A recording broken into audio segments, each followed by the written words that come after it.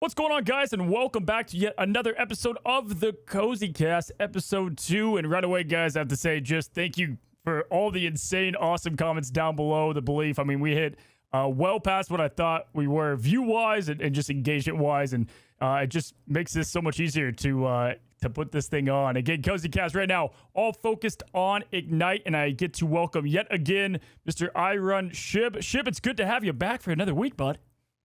Stoked to be back. Those were intense, man, especially how we ended there with some upsets. I'm sure we'll dive into it, but I'm stoked to get into this, man. Yeah, for sure. Week 2, I think, delivered on every single level. I mean, we got to talk about the birth of Rival Esports last week and the beginning of this big 3 million multi-month, tournament.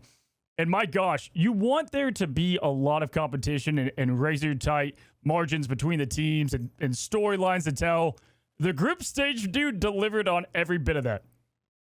100%. Teams were showing up. There was, like I said, a ton of upsets, and then players that I just did not know about that looked obscene, that were just dominating. So it was just really, really unique and different. Not what I expected at all. I thought it was going to be a steamroll by some of those top teams, and it just completely switched. Yeah, I think that's a good point. I think typically, especially as casters, but also viewers, like you see the same teams and you kind of like want to highlight the same people, the same players, and sometimes it's different. And actually, I think the biggest thing to take away before you jump into anything this week is the big stage, man, is so much different than scrims, than grassroots tournaments, all that stuff. To me, and I don't even think this is the best example, but it feels like when a team in like the NFL, they win so many regular season games and like, yeah, this is great, like the Cowboys all the time. And then they're out the first game in the playoffs, and it's like, what happened? What was that team?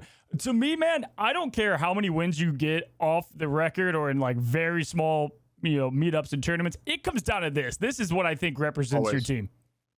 Yeah, we've had that conversation offline too. It's like, for me, it's all about these tournaments because that's all people, in my opinion, really are locked in on because it's in front of everyone. It's under the Marvel name. It's under, with NetEase putting everything behind it. It is a big deal to them, which makes it a big deal to the audience. And I'm with you. Like, it's all about showing up in these moments. And to me, it just doesn't matter outside of that.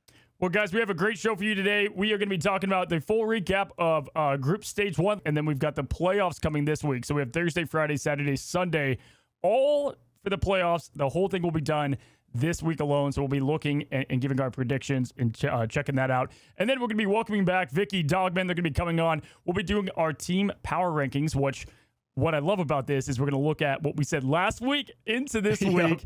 One of the few believers of FlyQuest over here. I was pumped to see them do well. People were hating on us for that. We got so much crap for that. I can't wait to bring that up. And then just some of the players are like, hey, thanks for always believing. And I was like, heck yeah, man. Hell yeah. Best Players in America, fun segment. Not only did we do Players of the Week last week, but we're going to talk about who we think are the standout players in every role. There's some duos. There's some just single players that are great, even if they're not on the top teams. Best duelist interviews. We got some great interviews lined up, energy and more. So stay tuned for that. And then a region recap we'll be having at the end of each pod here, just talking about OCE, EMEA, Asia, and talk about their scenes and what they're going to see, because when lands come, you want to know what those teams are, what the hot teams are. So we're going to have some guest casters. Got a lot of feedback. You guys want more EMEA.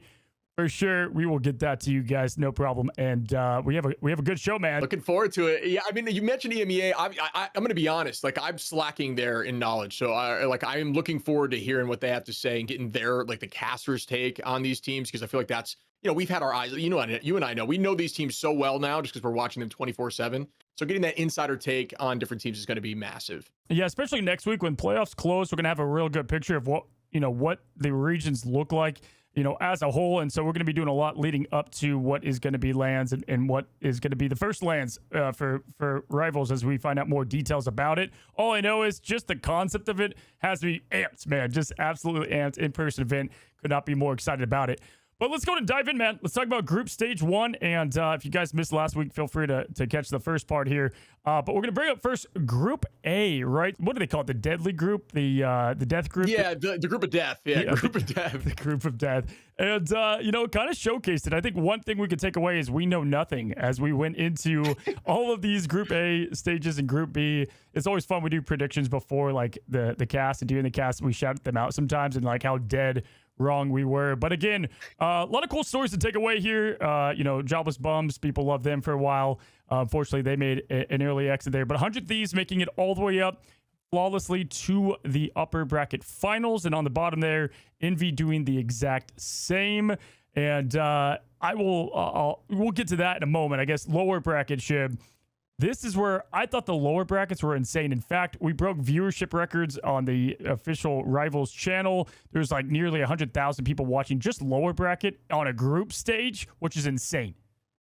Yeah, I mean, people are having fun. Rivals is incredibly competitive right now. I mean, the amount of different comps that are finding success, different heroes, but then also just incredible things like FlyQuest going on the most insane bottom tier, lower bracket run that you'd ever expect to see in a tournament like this, getting knocked down there by a team. So here's the thing, right? They got knocked down, but not only by a team, by an almost unknown team, a team that no one had a clue about, takes them out down in the first round, and then they go on this miraculous run and take out 100 Thieves at the end. Honestly, storybook. Yeah, no, I think I said it on the cast. I said it straight up. If Kevin Feige wrote himself, like, you've got this team going down, winning firmly too. I think the only game they dropped was against I think Envy, and it was already 2 games to 0, and then they dropped 1 game. I think that's like, and then maybe they dropped 1 to Solaris too. In fact, I talked to the players, and they said Solaris was actually the hardest team that they feel like they played, which was interesting in that whole mix. And we actually gave them a decent power ranking last week. But yeah, I mean, that's exactly what you want. Even if FlyQuest didn't get the job done at the end, the fact that they rode through the lower bracket, like, I don't know about you, but I mean, everybody counted them out against Envy. I mean, I think this is one of those situations that you just start getting a ton of fans, right? Like, everyone kind of doubted them. It's just, because a lot of these viewers don't have eyes on the tournament much. It's maybe the first time they're watching, right? So they witness a team that got knocked down match 1, so they just immediately write that team off in the future. But now through doing stuff like this, you start getting that fan base and the belief in your players, and you get to show up. Like we talked about Energy coming up here in the interview. He just played insane on like Wolverine into 100 Thieves, stuff like that. So just, you really get to show up in those moments, get a fan base, and get people believing in you. Yeah, I mean, I think we brought this up last time, or I did on cast. It's like in sports in general, like people want to see you down, and when you go down, they love to tackle on top of that. And yeah, getting comments like, how the heck is FlyQuest in top 4? Did you see them last week? And it's easy to forget the accomplishments of prior teams. 100 Thieves, I know a couple months back had a couple losses in a row, and people are like, this team's washed. It's like, it's super easy to kind of gang up on that. It's been funny to see, how that kind of plays out. But yeah, definitely that was the storyline. We had Light, who was in the upper bracket. After that loss, he subbed out. So they went in with a sub of Adios, who typically was a Jeff player. He was going in Jeff in the past tournament. Yeah, he's all over the place. Seen him in Vanguard, Duelist. We've seen him on a strat roll. It's crazy. And you know what? I think the biggest takeaway from FlyQuest, and we'll talk about this more in the team predictions, is that you need to have an anchor for the team, but you need multiple anchors, because then you can't just be a one-trick thing. And Vest in the Vanguard shows, they stepped it up just insane. They definitely became a name here. So that ended up getting them through Envy. Again, just crazy Cinderella story kind of thing, but not really, because it's FlyQuest. They're already a good team. And then 100 Thieves versus Fly. Shibb, you casted this. I mean, if people didn't predict Fly beating Envy 3-1, certainly people were not predicting a stomping of Fly over 100 Thieves. I think this was the biggest upset you could have ever expected. I think, obviously, Envy is a very strong team. Initially, it was the conversation around Envy was, they are potentially the best team, and I'm sure that's still kind of a conversation we need to have. But when they lost to 100T, it kind of, knocked them down a peg mentally. But then you still thought to yourself, 100 Thieves just ran through Envy. It's going to happen again to Fly. But that was mind-blowing to me.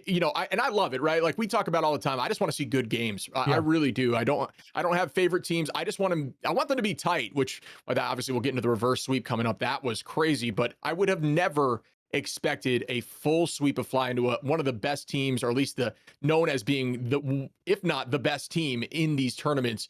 So yeah, they just looked like a totally different team, and they were so locked in together. Yeah, I think you brought up a great point. I actually we called the rematch of Ego Death and FlyQuest, and that FlyQuest would win. I think actually me and you were just like, we spoke that into existence. I agree. I don't have favorite teams. I have storylines I fall in love with for sure, though. Like that, sure. I definitely like Ego Death. I was pulling for them a little bit just because I love their storyline and everything, right? But with FlyQuest, I thought for sure they played Envy very well, but Envy still played a good map, whereas 100 Thieves, they crushed Envy. And so I was like, 100 Thieves is this is going to be very tough for FlyQuest to win this game. And Again, I think I said this about Envy. It was the worst time possible for Envy to play some of their worst rivals and the best time for FlyQuest to play some of their best. And they did that consistently. I'll say this, though, Shibb, just like we didn't want to pile on FlyQuest. I'm not like looking at Envy and 100 Thieves like way different after these losses. No. I have a question for you, though, dude. One thing I don't like about this format, I'm going to be honest, is I wish that the upper bracket, you'd have to beat them twice because 100 Thieves only lost once and then they lose that top seed. And one thing that I'm a little confused about that we need to dive into here in a minute, I want to look through a thing that I thought you were going to go this way with what you don't like is that 100 Thieves now, they play Shroud X, whereas Techie XD is in the conversation for being just as good, if not a better team. So it's like, I almost wish if they had a choice. I don't know how I would have wanted it to be done, but it feels like there was a strategy for maybe wanting to lose. Yeah, no, I know. No, for sure. If you look at that, I'm actually going to bring up the playoff brackets in a second, but I thought the same thing. It's interesting because, guys, the playoffs is where everything matters. This is who's going to midseason. This was all for seeding. Yeah. And the playoffs is for the money, all of it, right? Group B, though, as we jump ahead, and we'll talk more about these teams as we highlight them. This was kind of I'll be honest, each day these matches came up, it wasn't that I wasn't like, wow, I'm gassed for these, but some of these were like, these are going to be one-sided. We kind of know the story of these a little bit. And definitely in the upper bracket, this was looking like a kind of a snooze fest. Like it was just going to be, obviously Nemesis and Shroud X was a great game, but Sentinels was just destroying the teams they were playing. Yeah. It was consistent. It was like similar to 100 Thieves, at least for the first three matchups, where it was just like, it was fun to watch, but it was just, you knew the outcome 3 minutes into the game, 2 minutes into the game. Like it was just a slapping and following up consistently, being having ult advantage. The other team just panicking, trying to battle back every game. So I'm with you. It was a tough layout, but we definitely saw. Like I do agree. Like that Nemesis Shroud X game was insane to watch. This is the cool story here. So on the upper bracket, Sentinels, they pretty firmly beat Nemesis. I would say the Clintar map at the end, Rye Amazing just kind of popped off on Iron Man, or else it could have gotten a Nemesis there. But then you go to the lower bracket, Shroud X, they take care of business against Nightmare in what was one of my matches, or the maps of the day. They played on Clintar, and it was like, to this day, it's going to go on my highlight reel of casting. It was just so fun to gas, craziness. With a Hydron, like that team was awesome, Shibb, awesome. And then I think I would say probably one of the bigger surprises was Techie just stomping Citadel Gaming. Yeah, and they were confident after too, right? Like that was the other thing. Like they were serious after that, and honestly, kind of. So all right, two things. One, it got me hyped for them. I was like, okay, they might actually pull through. Then to go to your next game and just get waxed, it's a tough look to have that kind of confidence. But I do think they're a new team together in terms of being on the stage like this, and there's so many emotions when you win. So it's tough to fault them for it, but it is tough to see them just get kind of waxed after that. But I like their confidence for sure. Listen, respect is completely earned, not given, and of course we were putting them as the underdog. Not only do we not know anything about them, but we have not seen them. The only thing I saw of them is getting O2'd by Shroud X at the top, right? So that was really what we had to go off of. And I'm the one who did that interview. And if you're watching Techie Players, you guys did great. The confidence, I love bringing that kind of heat, but also, you want to get more stepping stones, right, as you progress. You have the playoffs now. And I think for a lot of these teams that lost, Ego Death, Techie, looking at them, they've got the talent. They've got to do a little bit more of it's almost like they're lacking the coach, right? And that is a huge spot for, the scouting and the pick and ban phase and the flexibility of pools, and all of that is where that kind of comes in. It almost feels like these teams are what we saw these org teams where they were at about 2 months ago in the MRC, where they were a bit more limited. Yeah, I'm with you 100% in terms of how much impact a coach could have for you. But I've got to, one of the weirdest things is 100 Thieves not missing a ban there in that final game and they got waxed that game. And then at the end, I remember, I reiterated it to Dog because I was like, what just happened? It was, dude, I forgot. They did not ban. There was a completely missed ban. And guess who carried that game on their shoulders completely? It was Cooper with Loki. Loki ban there would have made, who is a hero they ban a lot, typically, right? I think that was the game where it was Cooper had 50k healing, 30k damage, or something crazy. It was like a ridiculous stat line where and who knows if that was a Loki ban that they would have done there, but either way, yeah, just you can't have that kind of a mistake at that top. I mean, imagine that being the playoffs, the grand finals to get into land. I mean, it's like that. You cannot have. It would eat at you forever. It would eat at you. It's like a joke. It's like, it's like that conversation around C9ing the point. It's a similar thing. It's like you guys, you know what I mean? We 100 teed the band. You know what I mean? Like that could be eventually a thing. Like you just can't be doing that. It's a crucial aspect of the game right now. And I think you're right. I think Cooper popped off on Loki, but also I believe I'd have to go back. I'm trying to pull it up here. The stats. I think it was also the energy on Wolf, which they never banned Wolf and they never went to Invis. I'm sure we'll have that discussion when we get to that game, but there was just so much going on in that game that I was like, I maybe my Pee-wee brain doesn't understand it, but feels like it would have changed some things. I don't know. Yeah. And who, I think the only thing that might have like, you know what you're going into. You have a full day of prep, right? So it's like you should almost know your band's locked up there. And it was like the third band in. The whole thing was just like, I get having a conversation within it to change things up, but you definitely should have like a backup thing ready to lock in. Just something you don't want to see. Now, the last takeaway for Group B here that we've got to highlight, I would say, is Team Nemesis. So Team Nemesis, guys, was like, looking at their players, they have a lot of great players, but I was like, who is this team, right? I knew them as Shikigami and kind of like the slingshot that they did, but really like, who was this team? They barely beat Shroud X. Okay, do they belong in the upper bracket? Like that's kind of like what some fans were thinking. Then they go up against Sentinels. They get handed to pretty well, but man, they turned it around. Dude, they 3-0'd Shroud X, which is even the coach one of the coaches was cracking up. He's like, we didn't expect to 3-0 these guys. And then Shibb, talk about the final, man. Like what happened? Sentinels looked really good, and I'm going to be just completely transparent. I put my all into game 3 there because I was like, Sentinels has this. And then I saw Nemesis just get on their horse and just start galloping, dude. And they were just playing lights out. I mean, they were looking pretty good prior, but then they started playing lights out, and they just kind of figured something out there in game 3 and just switched everything on me. And I was like, oh man, I burned all my energy. I'm like, this is it was awesome to watch. I would trade nothing. I wish it was like that in every game because it was so fun to be a part of. But Nemesis, the thing about old Shikigami, and they've always been this way in my book, is they're a team that we've said, like, you're right, the slingshot, right? They get pulled back and then they launch forward because they just learn, I feel like. Every single time they struggle with a team. And it's like, I want to look at the stats. It's like the next game is always a huge return sweep. Like they always perform. Granted, it was a little different with Sentinels for the first time where they did lose the first 2 maps and then shot off. But the Shroud X game, they dominated. They looked really good pretty much across the board every single time they've lost to a team. So, dude, they just learn. Yeah, I mean, great example. They lost to Shroud X on game 1, won the next 2. Nope, they won the next 5 because they 3-0'd them, right? Like, they figured that team out, who to pick, who to ban. We talked to him, and he's like, yeah, Vision and Doom, they're cracked players. We'll talk on more of them later, but they're cracked players.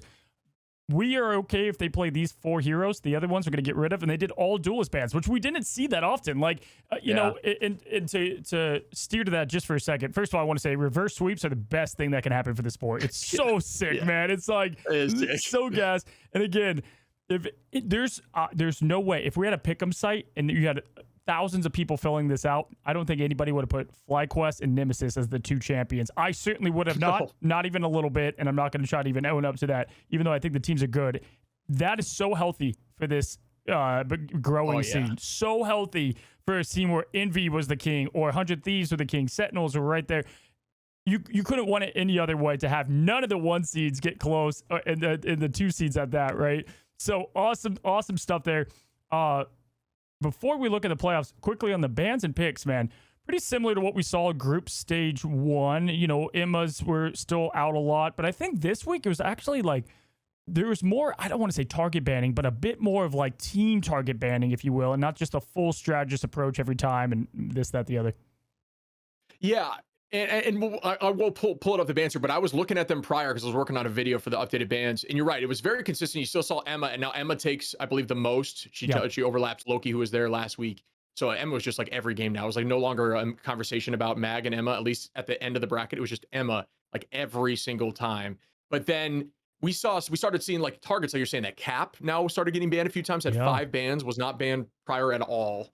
Saw Panther 3 times banned, which is crazy. I think that's maybe towards Sentinels. I'd have to check the games because that Rye Amazing, what I thought you were going to say for your match, that you loved, was when Rye was on Clintar and dominating on Panther and then switched Iron Man at the end. It was just insane to look at. But Yeah, you're right. It was more targeted, some more unique stuff. Definitely shaking things up as this progresses. Yeah, we had group ban towards impunity. We had almost anything Energy was playing the last match. They would just try to ban that thing, and he would play something else and just show like the what he could do there. But then you know what we also saw is, and we don't talk about this a lot, is the picks, the saves. We saw a strategy of always like people were saving the Vanguard, either Emma or Magneto first, but we were starting to see a lot of people were saving kind of the anchor of the team. So if it was like a Human Torch for, Speedery or whatever it was, like that was some of the setup they would do early. And they're like, we'll just flex with the Vanguards. We'll figure that out. Like we need to get our staples down. And I honestly think the duelist of the tournament, the staple of the tournament was Human Torch. Like the Human Torch player that played the best won most of the time. It always seemed to be like it was going to be either, like you said, Magneto off the rip, and then it was a strategist if they were getting strat focused. And a lot of the time it was either keeping, for the most part, it was Cloak and Dagger, because they got a lot of those bans in first. They got rid of that Loki Luna, and then Cloak has been seeing a lot more play, which is awesome to see. I think she's been slept on for a while. And I think the old Shikigami was always in the discussion for using the Cloak that no one else did. And now they're on Nemesis and they're finding a ton of success. But anyway, ton of Cloak and Dagger saved in there because you needed to have at least one that could actually anchor heavy heals and just get that ult out quickly. So that's what they're electing to do. Yeah, on the Cloak and Dagger front, we talked about it last time, but a lot of Terror Cape, a lot of healing and output with the ultimate. Well, the other thing, too, is Magnetos are used a ton. If they're not banned, so you have that to deal with. But if they are there, they're used a lot to counter Star-Lord, to counter Human Torch, and they're not there always to counter the Strategist ultimate. And so there's that difference from Ladder. Whereas I feel like in Ladder, dude, it's almost like Magneto, save your ult for the Cloak and Dagger, save your ult for the Strategist. So that's a good highlight. But yeah, we would see sometimes like all the strategists get banned out. Like Shroud X did that against Nemesis, and they were like, all right, that's fine. We're just going to play, the three that we have left. And we had Ricky playing at one point a crazy Rocket Raccoon that just could not be hit, we had, and then they made the best of that, right? And, res comp, you had to worry about res comp, especially in domination, an absolute brutal comp to go against. You have to play near perfect if you want to, get rid of them. So we had a lot of that as well.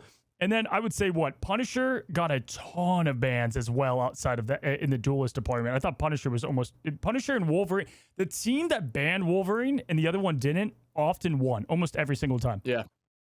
Yeah, and that's where I think 100 Thieves kind of faltered. But yeah, it was Punisher, Human Torch, Wolverine, I think were the top duelists that were being banned out. And those three have a ton of value right now. I was a little surprised. I mean, it makes sense. Storm is pretty much what I'm seeing from Storm now and I think Storm is in a strong position, is it pull out every cooldown that the enemy has, like immediately, and then use whatever Punisher ult you have after the fact to start being a problem. But there's a ton of value in that. We saw teams doing that. So, I mean, she's in the conversation for being a very top duelist too. When you brought up the Black Panther from Ryan Amazing, if you guys watched last week and if not, go back to it because it's still really relevant. Erin Mori, we had on air for about 30 minutes, and she talked about a ton of great answers about Sentinels. But one thing she talked about is the meta has not been figured out, and we're going to see some big changes. And she hinted at some heroes. And I love this, dude. This was I went to Flatstream, Gail was talking, every single person that I was going around, this like whisper was going around, like, what is this hero that she was talking about? It was on Twitter.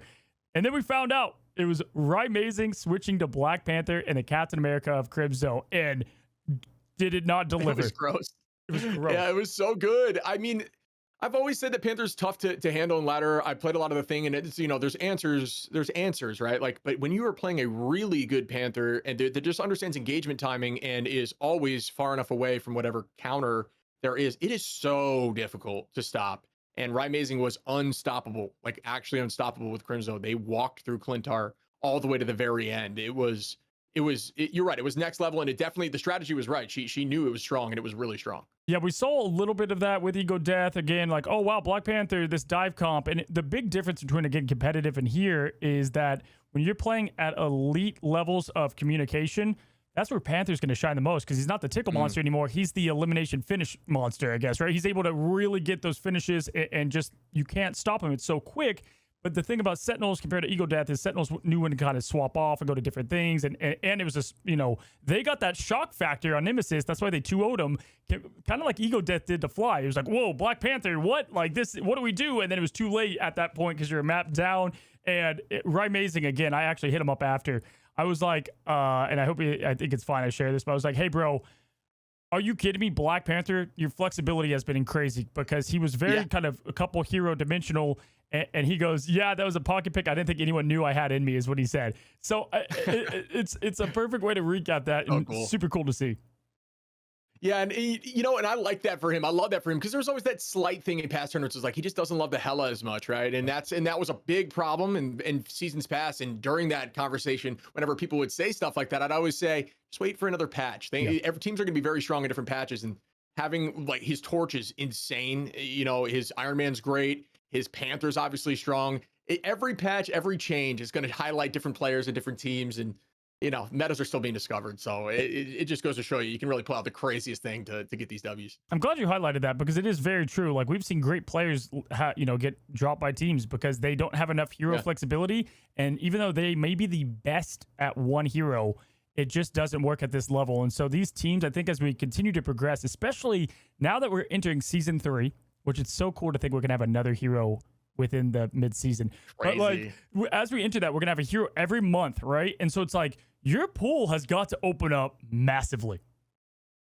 Yeah, I can't wait for that. And it's not only a hero. A lot of the time that they're dropping those heroes, it's slight patch notes, right? Yep. So it's going to be changing really frequently, which I personally love in a hero shooter when you need to have flexibility. I've never been a huge fan of like only one tricking someone all the time, because there's going to be a hero that comes out that counters that hero. Then what do? You're just doomed forever. We saw that a little bit with Schmungus. I mean, I'm not, because those players are incredibly strong, but I think we saw is like the big topic of conversation is Necros switched off and has to be replaced because he was feeling not confident going into a really strong invis that was countering his specific target of heroes with Panther and with Spider-Man, and invis was just handling, and Wolf just handling it nonstop, and it drove him crazy. Like you need to have something else, right? A different role, a different attacking type, whether it's poke, brawl, or dive. Yeah, and we're gonna have Boger on here, I think next week or the week after that, and gonna be excited to kind of hear about that from a player's perspective too, of like what that feels like. But yeah, I think that's what makes Rivals really cool, man. There's just so many different ways to handle it, and I mean,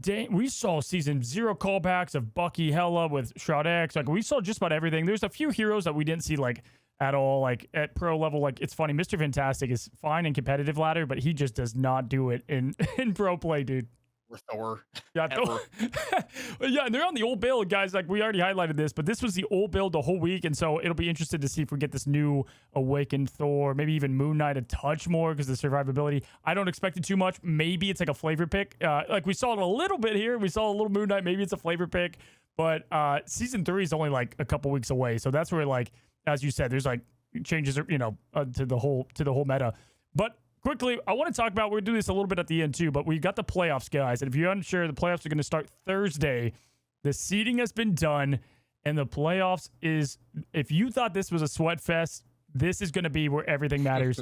Because I've talked to every single one of these teams, and most of the players on the team, they want to make LAN so bad that that's their main goal, right? Money's great. They want to be a part of, honestly, history in the first ever LAN tournament. So looking at this, these are the lineups, and taking it bottom to the top there, man. Fly versus Techie. We got our 1 seed versus our 8 seed. Yeah, it's if this is the weirdest thing. I have a weird feeling like Fly's been on a rampage, but a Techie just does. They do that burst backline situation so well with the Psylocke, and they play so aggro on the backline strategist. It's all about keeping a strategist up against them. And I just have a weird feeling that could be a strange upset we see. I believe in Fly on this rampage, but it just sometimes is these weird one-off teams that do something really well that get you. So I am excited to see that. This is going to be best of 5, correct? Yeah, all these are BO5. And dude, you highlighted that great too. The other thing is Fly's now in the captain's chair. So like 100 Thieves, Envy, when you're in the 1 seed, you sit a little bit more pretty, right? And then when you're now that team to beat, it's tough to keep that same. It's like why the Patriots were so crazy for 10 years. It's like, it's so hard to keep that same thirst and grind and all of that. I think Techie, Tap plays on Techie, right? 100% Tap. Yeah, Tap's on Techie. Dude, Tap versus Energy Psylocke is going to be must-watch TV. That's going to be almost the game decider. Like, who can get those picks, man? Like, Tap was a demon, as you would say, man, on Psylocke. And they had I think it was Zatex as well, right? Let me just pull this up here. No, Zatex was on Ego Death. It was Tap and Avery, right? Oh, Avery. Ego.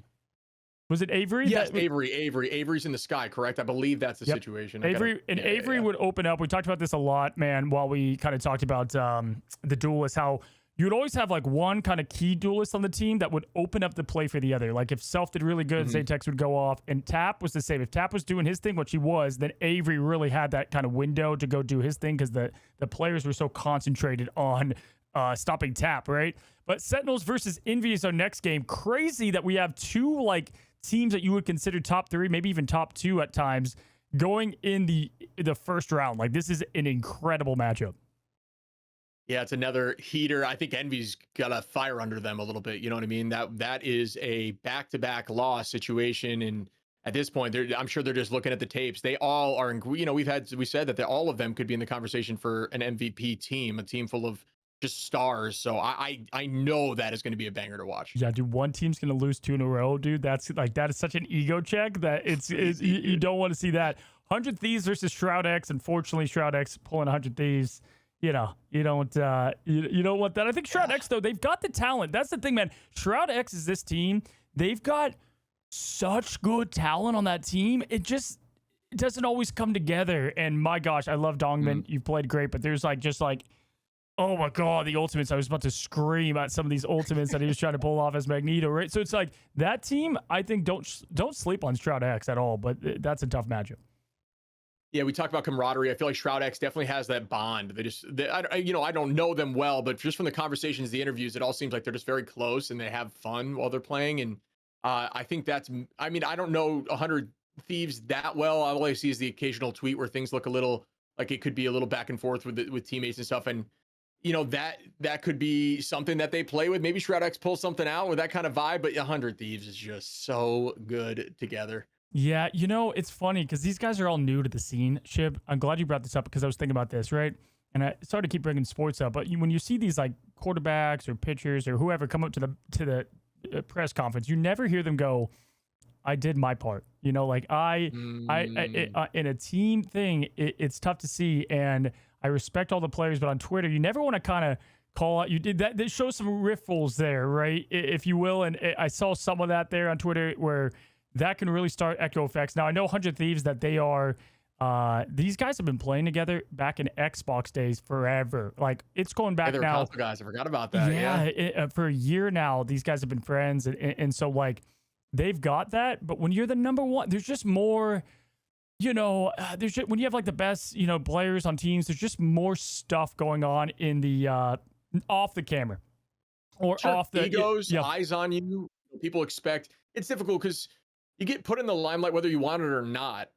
Just so when you say things, maybe in the moment, just being like we talk about being emotional after a game, like you feel like you did, you know, you said you did your part, like you popped off and you played well, and other people didn't.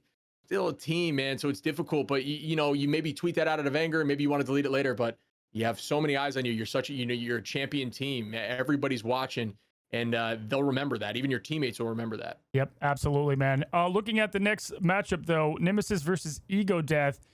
You know, this is a fun matchup. Here's the thing, though. Nemesis, we kind of saw, you know, Amazing go off on Black Panther. And then once they shut that down, well, they did fine, right? So I feel like Ego Death, this is going to be did they adapt in a week? Were they able to take this only dive comp, and did they make something new with it? Because if they don't bring something new to the table, you know that Nemesis is going to open up with a ban, right? To the dive. And it's like, okay, what do you got?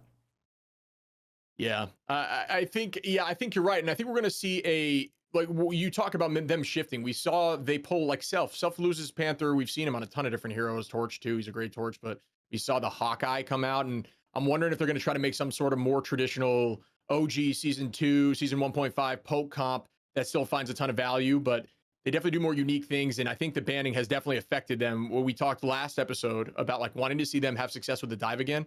But if teams just keep banning it out, you got to find success with something else because they know that's your strength now and you've got to adapt. Absolutely, guys. We're going to do a little bit more on the playoff predictions, but first we're going to do some power rankings. We're going to look at last week, where we placed the teams, look at this week and where we're going to put them, and then, of course, talk about some of the best players of the week and all the teams and the talk. And we're going to bring in Miss VikkiKitty for this, as well as Dogman. Let's get to it. All right, guys, so we have now Dogman and VikkiKitty here to continue the conversation with Power Rankings. Guys, it's good to have you in again. Are you ready to rank some teams and players? I'm set up here. I'm excited to join you guys. It's going to be a good time, especially after everything we just saw. I mean, we got to break down everything we saw, man. Yeah, I'm with Vikki on this. I mean, so many things have shifted. Like, it's going to be insane looking at the power rankings now. I mean, I think you guys put FlyQuest pretty high in last week, right? So, and that was smart. That looked smart. I remember you calling out at the very end. You're like, you guys have FlyQuest a little high over there. I was so wrong. You know what? I'll admit, Me too. I was absolutely wrong. Me too, though. I can't let Dogman just fall by himself because I was also on the same boat. And Cozy was like, Vikki, trust me. Like there's been this team has just been developed. It's gone through the trenches. Like you just wait and watch. I'm like, dang, wait, hold on. Cozy was cooking because I also wasn't a believer. Like understand that was kind of like my first time impression, just looking at what they did in Ignite. And then previously, like I've seen like a bit of scatters, like highs and lows. But like that being my first impression, I was like, dude, like they're in shambles. Obviously, they made some adjustments, but that I was also wrong. I did not have them in the top 4 either. To be fair, if you give me $1 million to bet on all the different outcomes of how this would have ended, I don't think anyone would have had Nemesis and FlyQuest there taking the end on both seeds. I mean, just absolutely insane. We were talking about this, Shibb and I, just before, how I don't love that the upper bracket can only lose once. Like I kind of wish like they only got one loss and they still lose their seed. Does that make sense? Like I'm not crazy about that. I know some tournaments work differently. What is y'all's quick opinion on that before we talk about power rankings? I mean, I don't know. I think the fact that we even have like a group stage for a double elim tournament, like a group stage double elim tournament is definitely interesting. I think it's I mean, it's sort of like it turns into like a league kind of, right? Because you just have like a lot of games for seeding. And it's cool. I think it's great for competitive integrity. It's just for the viewers, it definitely was like, oh, this is a double elim tournament. Oh, this is the grand finals already. It's like, no, that was just the group stage. We still have another week of playoffs. Yeah, confusing for us too. In Apex, do you see that at all, Vikki? Like with the upper bracket having just only losing once? So because it's a battle royale, it's like formatted really differently, but it's supposed to promote more consistency. So we don't really have like usually during pro league before a LAN, or like just even before playoffs, because we have our regional finals too, which would be considered like our playoff version of everything. We usually have everyone play out in groups. So we have group A, group B, group C, like we currently have here. But instead of it being like a double elimination bracket, which I think this should be like the ladder should be considered. What everyone does is they play against each different group, a total of like, what is it, like 19 games or so over the course of like a season, right? And then depending on how teams finish for that day, they accumulate a certain amount of points. So like, I know that could be hard in this case because obviously like you don't have 20 teams loading into one game, but I was even thinking things like maybe certain teams should be worth X amount of points based off of their seed. And then like you allow upsets to have much more of like an upper hand going into the next stage of whatever season or tournament that could be, because that's how we have everything. It's like basically whatever you do for that one day goes towards a total amount of points that your respective team has accumulated throughout the course of that online season. And then seeing where you're seated, if you are within like, let's make up a number. If you're within the top 10, those top 10 teams will be able to make it to the playoffs. Thanks for the breakdown there. Power ranking wise, let's get to this real quick. So we're going to start with big misses and then obviously big hits. So big misses to point out, I think we can all say Techie, we can at least move them up, right? They definitely did better than what any of us really thought they were going to do down there, and came up pretty confident. Citadel Gaming, I think we can all say, is way too high. And in fact, I think we thought they were too low at one point. Yeah, they were playing. They looked really good in their first map, right? And so I think we kind of just walked through that. I think it was going to be a similar story, but they definitely struggled. I mean, and Techie was super confident about saying, "How dare you have them above us?" So, yeah, they didn't think the same. They thought we had them too high too. Yeah, a lot of people, I think, it kind of turned Mace into a villain on this team. It feels like I was having even like some pros telling me that they were like, oh man, like Citadel's beating themselves, you know, more than Techie was winning, I suppose, because they could just they lost the map and then they're just like, oh shoot, we just lost to an unsigned team and a bunch of not so great players. But I mean, any given day, right, in this game for sure. Yeah. Absolutely. Now, this was kind of our power rankings. Obviously, we're going to get to the top 4 here in a second when we go into next week. But close on some stuff. Nemesis, the story of them is like, who are they? What team is this? Obviously, we found that a bit more out this week. So we remove 8 of these teams as we head into the playoffs, and now we're looking. This is going to be fun because you have to take what account happened in the group stage, but we don't want to just rank it by obviously result, but how y'all feel this team is going to do in the playoffs. That's kind of the thought I want to have a little bit. And plus, what, you can factor that in a bit with how they did overall. I think it's going to be fun no matter what. But we've got our brand new power rankings for the playoffs for this week. And we've got 1 and 2. So we got our top 2 seeds, 3 through 5, and then our bottom 3 teams, which, it's the playoffs at this point. These teams are, all pretty solid. But let's start with, you guys want to just place the bottom 3 and then try to rank them from there? I like that. Yeah. I'll let you two go first. Yeah, I'm curious what you're thinking. Like for a team, it has to be down there. Okay, so I'm going to go one by one. Wait. How about we do like that? What if we do like what each of us get one team, or like at least unless it's vetoed? 100%. I like that. Unless it's vetoed. Okay, Dog, you start. What team you want down there? Probably the last place team. I think out of every team left, probably it's probably going to be. I think it might be Ego Death right now. I don't know. I mean, I want to put Techie there, but I actually kind of think Techie's improving. And getting a little bit better. I mean, it's tough though. It's going to be like between them and Techie. I think both of those teams have a chance to do better, especially depending on how Shrodex do. But for me, I think in the 8th place spot, I'd put Ego.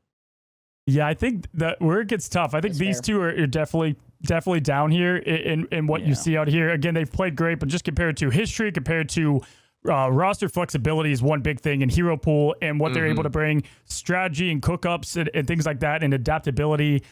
In a weak time frame, togetherness as a team. There's a lot of things I'm looking at there, so I put them down there for a reason. Not saying that they can't have an upset, but I do see that. This is where it gets tough, though, is this last team down here, and I think the common answer between a lot of you guys is going to maybe be ShroudX, but it's tough, man, because I think they've got the talent on that team as far as the player talent goes, but it's the team talent that I'm worried about. And they're facing off against 100 Thieves. That is fair. Yeah, I mean, I'm with you. What do you think, Vikki? It's got to be. I would think it has to be ShroudX. I was gonna say ShroudX. Yeah, I was gonna put ShroudX next. They should probably be in 6th, though. I would think they'd have to be. Dog, you concur with that? Yeah, for sure. So Vikki's putting them at 6 then, or Shibb putting them at 6. Oh, I put them up. Yeah, I wouldn't put them at the bottom. Yeah, so this is over the 2 unsigned teams, basically. Yeah, so that's what I was thinking. So dead last. Honestly, it's tough. I would say Ego Death for the dead last. So this is the thing about Ego Death. Yeah. I honestly agree. Only mainly because I feel like Tap is really multi. Tap has so much that they can do for that team. Not saying Self and Zayta. Man, I don't know though. I feel like if they can bring, I think I talked about this with Shibb. If Ego Death is going to open up because they play Nemesis is just going to ban the dive right away, and they're going to say, okay, what did you do in a week? Like, what did you do to change things up a little bit? Can Self and Zaytex play at a level to really challenge that? That's what I'm curious about, because Soko and Ensemble, they're both really good too. Like they've got the core. I almost believe in Ego Death more than Techie personally, but I can see that, yeah. I can see either way, I think, right now. It's because Techie as well, they're also improving, so it's tough. It's, every team is constantly practicing and doing a bunch of stuff. They're not just sitting there AFK, right, before their match. They're getting ready, so both teams are so close. I think the big brain outlook here, and tell me if I'm just looking way too far ahead, but like what you mentioned, Cozy, makes sense here for Ego Death, because that's what they keep getting bitten on, is the fact that they're known to play their strengths, and everybody knows what those strengths are already at this point. Shibb said this in the last episode, actually, where everyone's already figured out what Ego Death has. Like, they've already revealed all their cards, but they could play that to their advantage, knowing that everyone, that Self specifically, has a really good Black Panther. But if they really have been able to master flexibility, the individual talent on that team is great. They could go into this and have people assume and waste a ban on Black Panther, and then they could come out with something way better. Not to mention recency bias, but like Self was a cracked Hawkeye. Like we saw him start to flex to better stuff, and I feel like they got going too late, kind of as things went on. And I just have confidence in what Self is able to bring to the table. I think Somble cares about this a lot to really clean up his game. Personally, I have Ego above Techie, which if I have another Techie interview, they're gonna let me have it, dude, if they win. But that's my personal vote. But I'd switch them. And I honestly, for me, and I like it. I'm cool with where it is. But here's my thought: if we go to Self, a star on the team, Tap a star on the team. Zaytek's had a lot of success on Ego as well. We looked really good on Psylocke, but I think Tap is probably a better Psylocke just based on what I watched. But maybe I'm wrong. But what I'll say is, you're right about the Hawkeye. But if they're playing on the new patch, that Frost Arrow is even worse now. You won't find value with that, which he was finding more value than I've ever seen anyone find value with that ability. That's now gone because there's no shot you're finding a headshot in 0.8 instead of 1.5 seconds, or what I think that's what it is. But he's also a really good torch. But if they ban the Panther torch and he doesn't have anything else, I don't think Hawkeye does the trick anymore. Avery played a lot of Storm. Storm got a little bit of hit too, just a small hit, but you got a little bit of a Mega Hurricane going down a bit too. So that's, and Avery's on Techie, I believe. It's tough. So wait, final vote. Yeah. Who's the last team? Just one by one. Vikki, last team. I would still say Ego until I'm proven otherwise. Shibb said Ego as well. Dog?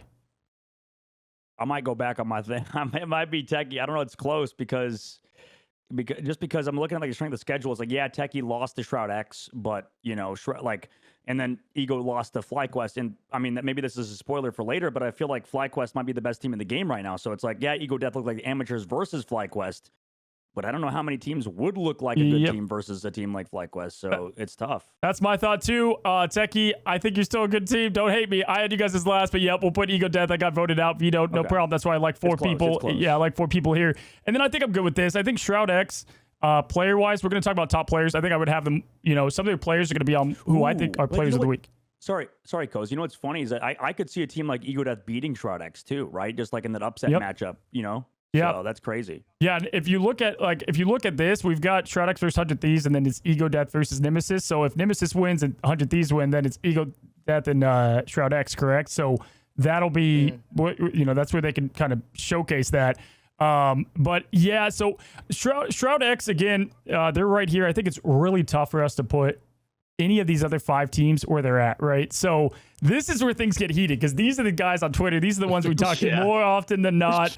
I think how we start this thing is we go bottom to top, right? So we're going to start at 5. I want you to go around and say, who do you think is number 5 out of this? Shibb, I'm starting with you to mix things up.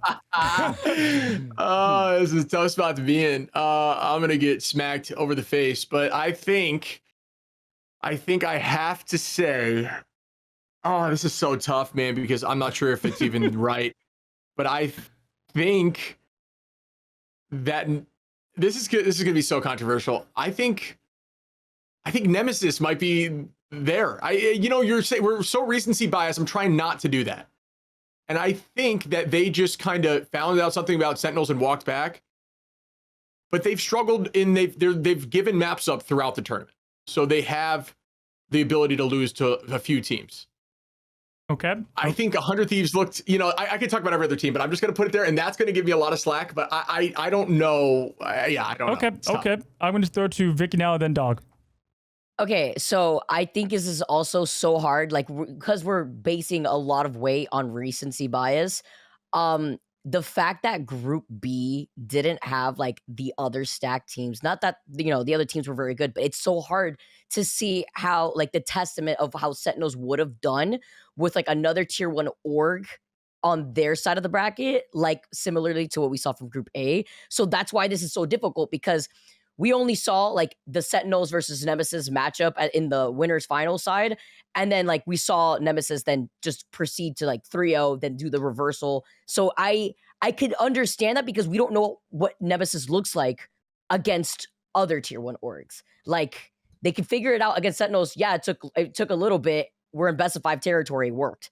But yeah, I feel like it's really hard. I don't know if I would say Team Nemesis right now just because of how good Sentinels was, and they still were able to reverse them because they were literally 1 map away. Like, that's hard.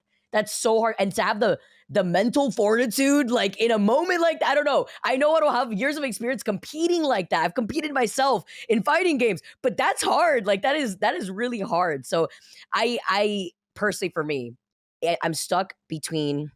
Give me one. It doesn't feel good. It's tough. Okay, I'm stuck between Envy and Nemesis. That's how crazy I am right now. Okay. Ooh. We could check back. Dog, do you have your answer? I have mine, I think. I'm gonna put Sentinels at number 5. And Vikki was talking about recency bias. I'll take all the flame for it. I mean, they're dog water right now. You know, this team is awful. They're terrible. I mean, they look. No, I'm just kidding. I was like, whoa.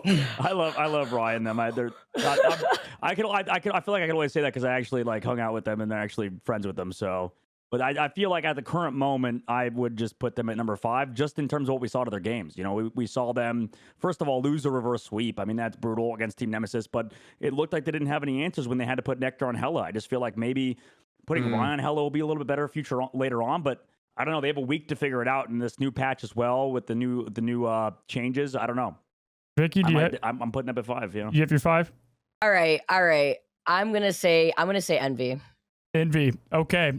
So we're 1-1-1. Wow. So let me say my points on each of these that I actually like. So Sentinels, first I want to bring this up because I'm especially close to a lot of these players I talked to for such a long time, so it'd pain me to put them there. But if you look at their path to where they got, it's the least impressive. They beat Elani Wind, they beat Citadel Gaming, who got destroyed. Then they beat Nemesis, and then they lost to Nemesis. So if you look at just like their past performance, they're an easy 5 for me. If I look at just group stage, like out of these teams, who deserve to be what in the groups. But if I'm trying to factor in the team, the chemistry, who I know they are, what they've done in the past, and what I think they can do going into the playoffs, and the adjustments they're going to make, I have them a bit higher. Funny enough, I'm going to try not to do recency, and Nemesis, I've talked to you guys. I know how I feel about them. I'm probably going to have them at 5, and they're a great 5. They prove they belong in every bit of the conversation of being in a top team. But I think personally, and man, don't they adapt so well. That's the thing they do so well. But I think personally, I don't have the complete history of the MRI, MRC, some of that stuff. And one of the things I talked to Shibb about, guys, too, I just want to round this together. Grassroots tournaments, scrims, that's all fine and dandy, but like what you do on the big stage should matter the most by far of who you are as a team. Like we had a lot of graphics of Envy 6-0, and that's great and all, but that wasn't with everything on the line, right? Like with this kind of stuff on the line. But I can't put Envy this low. They've got too much talent in their roster. Nimbus is very talented roster. I think I'm going to lock them in at 5, and it's super tough because I would say for me, my 4 right there is Sentinels. Yeah, I agree with that. Yeah, I mean, I'm not no specific order for me, as I agree. Yeah. Okay. I can see that. Now, so because I think it was these two that we were all kind of on the fence with a little bit. It said Vikki, you did have Envy, and so when we get to team number 3, in which I can actually say we've seen what they've done in the past, right? And we see what they did on the group stage.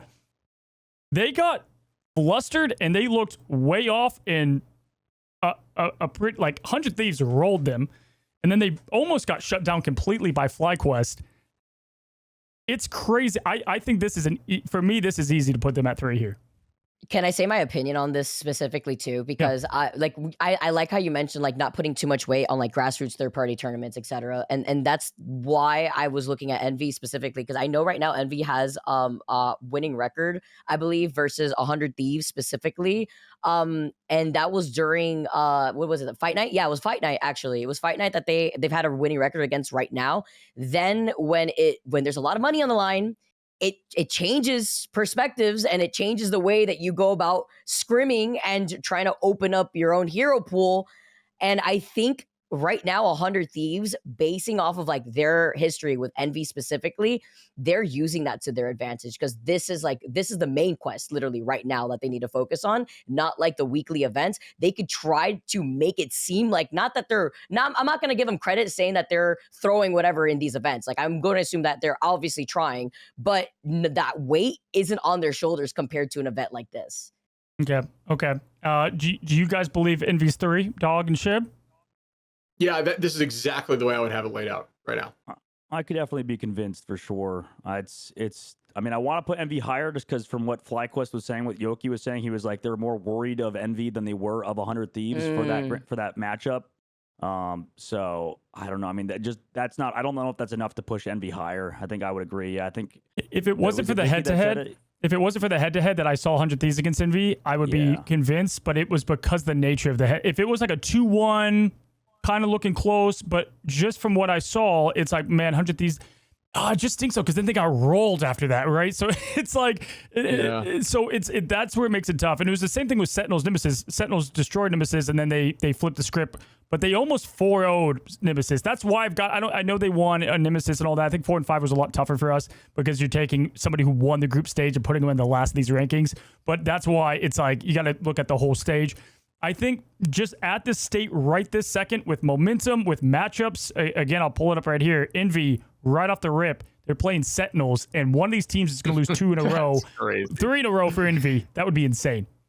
The only reason I would want to put Envy higher is just because they're a team that I think is constantly like improving, and because it's a new meta, right? Because we're only 2 weeks into the patch, and then also this new patch coming, there's kind of reason to believe that Envy might actually win the whole tournament still, just because of the fact that, I mean, we've seen them like over the course of the long term of the game, this team is always just on top. It just takes them a long time to figure things out, whether that be like they're slow to adapt or whatever, but it does feel like they adapt eventually, right? So that's the scary part. They're like they're what I said about Shroud X, but tenfold, right? They've got the talent. Yeah.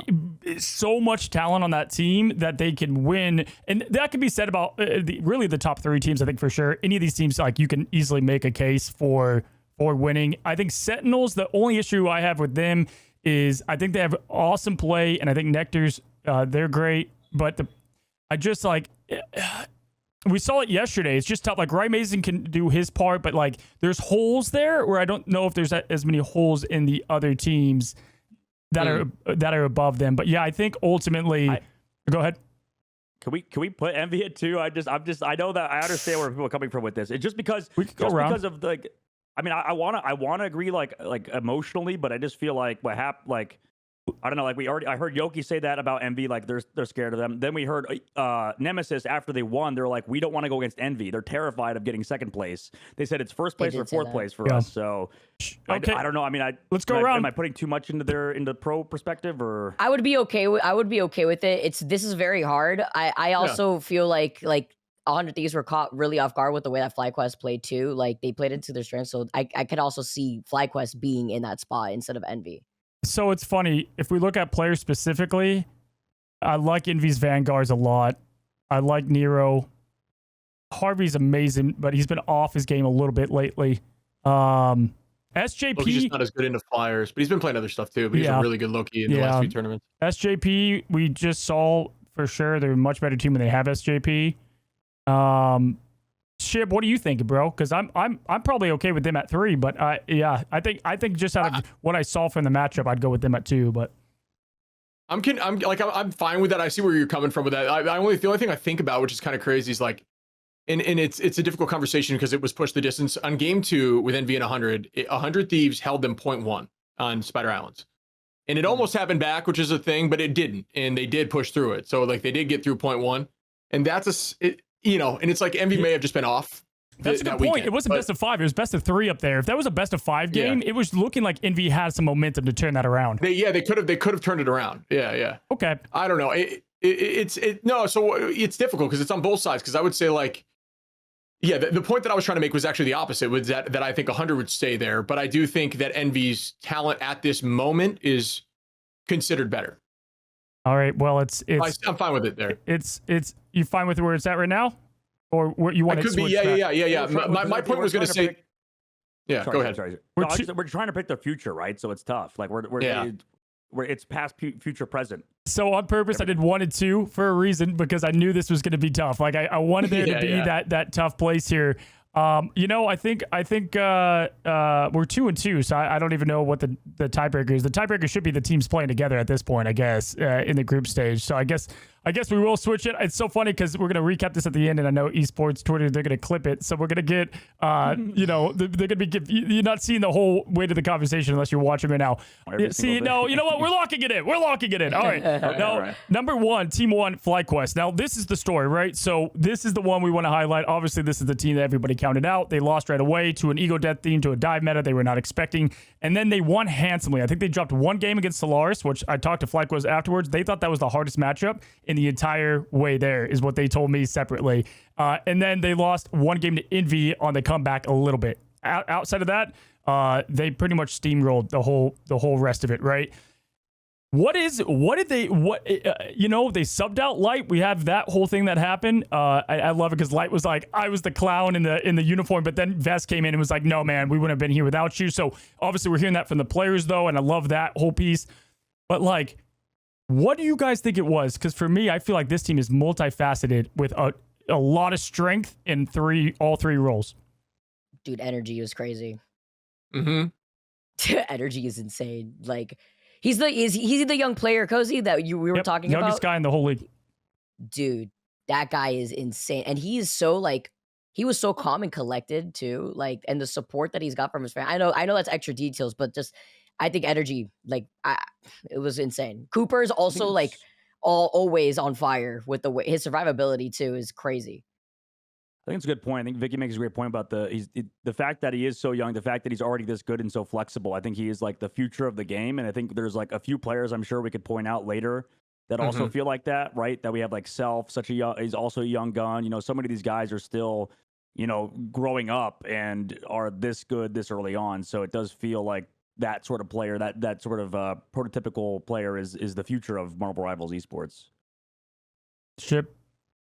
And Vest. Yeah, I mean, because now I want to get into, and you're making me want to, I'm trying to like gatekeep my favorite of what I saw, because we're going to get into players here in a second, and I think everyone's going to agree with it, but I can say it now, and I'll just repeat it. Vest. I think Vest on Fly is disgusting. I think he was making huge Vanguard plays the entire time, and we interviewed him twice, and he was, every single time, we were like, dude, even during the interview, we're like, dude, you care, like you had huge ultimates nonstop, like game-winning ultimates. Yep. I think it's so funny. I think they have a power position in every role. I think, again, Zelos is great, but I think Cooper, Vest, and Energy, those are three different people that can flex across the hero pool, and you can't single them out. Like, at first I was like, whoa, Vest is a crazy Magneto. And then he was getting those Agamottos that were like insane. And he was getting Groot ults insane. And then it's like, Energy, okay, you ban the Wolverine, I'll play Psylocke. You ban the Psylocke, I'll play. The guy can play anything as well. Cooper, the numbers he put up as Luna and Loki is like it was silly. His Loki numbers for you guys specifically in the finals were like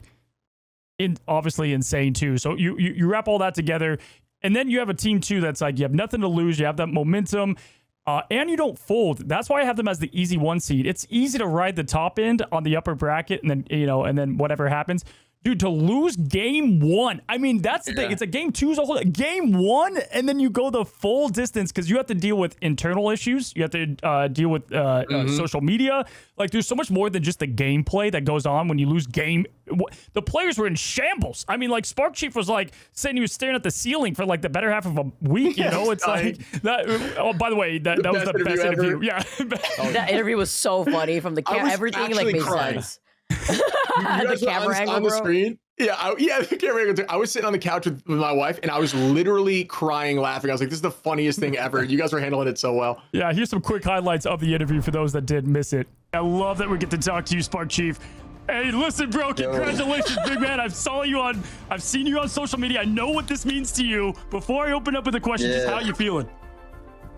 I'm pretty happy, bro. I'm pretty happy. You know, when we lost to Ego that first time, I was like low-key staring at my roof at the sky, like the night and shit, and I was like just depressed as f. And then we just like gathered together and we like set the lock in and shit, and now we're here, bro. Nothing to say. Just enjoying, please, you know? Well, I mean, like, to be honest, we were like, after we lost, we were like, wait, what if we just like ban BP and then we just win? And then we went into the scrims, and we like decided like, all right, what direction do we want to go? Like, really, like, what are we actually going to do with like this new 6? And then we kind of found like a way that we wanted to play with him. So how do you guys reset to stay calm and collected? You just don't though. Like, you're just like, obviously everybody's like, I was pooping my pants. Like, when they were double banning me, I pooped my pants. I'm not gonna lie. Like, I was like, oh shit, what do I do? I'm sorry. But you know, like, I was nervous, right? But like, we just don't. We just like ride the excitement to the win, you know? Like I said, like, we really just want to lock in for tomorrow now. Like, we gotta see what we gotta do, you know? Yeah, absolutely. Job's not finished, man. Job is not finished. So this is our power rankings from 1 to 8. If you guys have any questions of it, we talked a lot between 2 and 3 and 4 and 5. Those were very tough for us. A little bit of 7 and 8 as well with the rankings, but this is our 4 core shared list here, and want to hear you guys down below. What do you think we got right? What do you think we got wrong? Let's hear it. We're going to now switch over, guys, to our best players, all right? Best players in each role. So we're going to start off with Duelist, and we're going to go and the way I want you to do this, guys, is when you think of the role, what are the first 3 players that come to your mind? I don't care if they're a team that got out very early or won the whole thing. When we talk about it, who do you think were the MVPs of the tournament for their respective role? You guys can have overlap. I'm going to have this all in a graphic here so that you guys can see. So don't feel like if someone picks someone else, you can't pick them. I think it's cool to see what we can agree on. And we'll start with Dogman. I'm going to go ahead and pass it to you. 3 duelists that you think were your MVPs this week. 3 duelists. I think I got to go with Energy, like you guys were talking about earlier. I mean, he's so good. Alongside just being so flexible, I think it's definitely got to be him. And I mean, I don't know. I want to be controversial a little bit. I mean, I kind of want to put also Adios there. Like, I feel like Adios as well is another guy who matches Energy very well. And yeah, I'd probably put him there.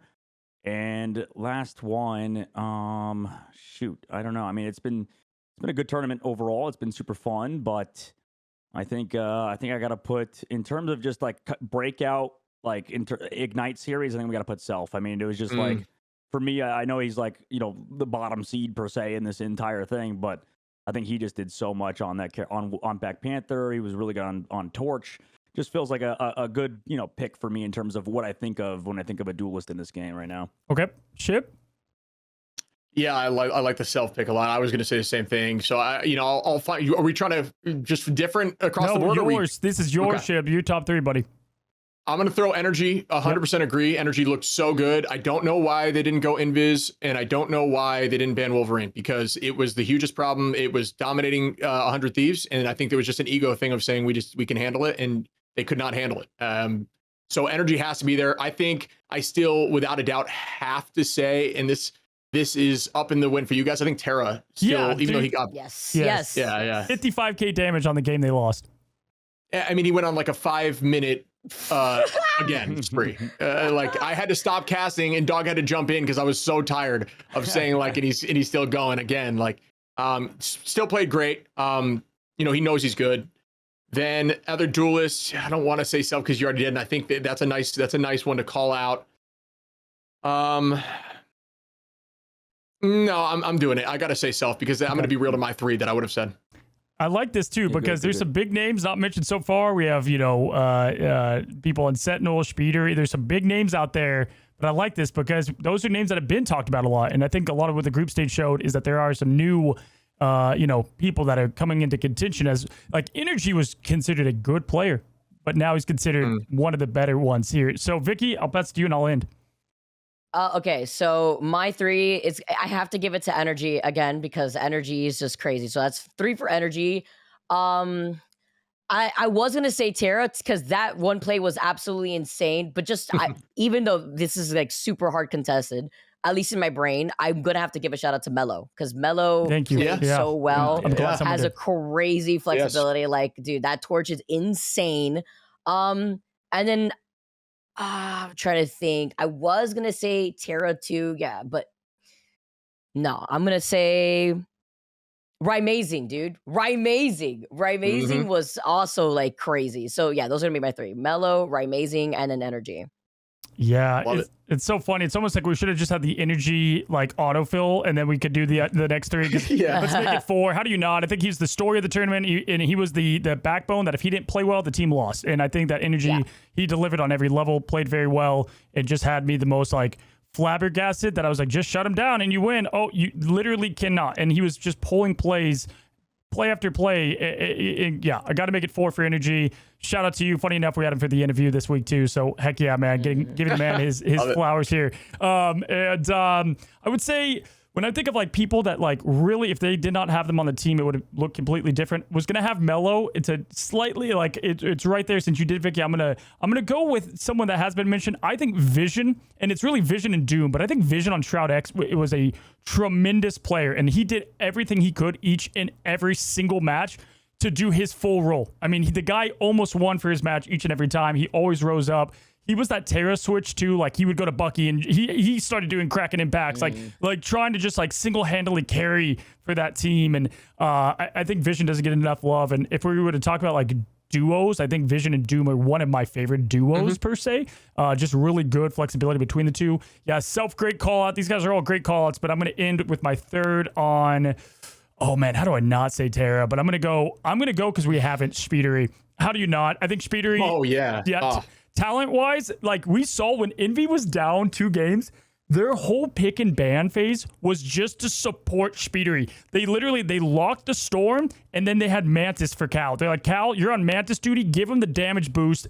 Speedery, we're in your hands. Like, what other team does that? Absolutely insane. Speedery, even though it didn't have the performance he was looking for, or at least the result, that's who I'm going to go with. You know, some of those answers, yeah, it's tough because it's, you know, based off some of the guys you picked, Terra, Sleep, Self, all great picks, but those are going to be my 3 locked in. I think there's a lot of talent we could pick from, though. I got to say honorable mention, too, and this is one we haven't said, was Tap. I think Tap is that good as well. Tap's Psylocke was the most wow performance. Best Psylocke. Yeah. I think we all agree. I think we can all agree that Duelist is the most stacked role for sure. I mean, there's so many freaking good players in this role. Yeah, like Ryan Mason, great call. His Black Panther play was insane. Like what he was able to turn around. Like, how do I not mention Mello and Amadian? Yeah, that just like, God, we just saw what they did.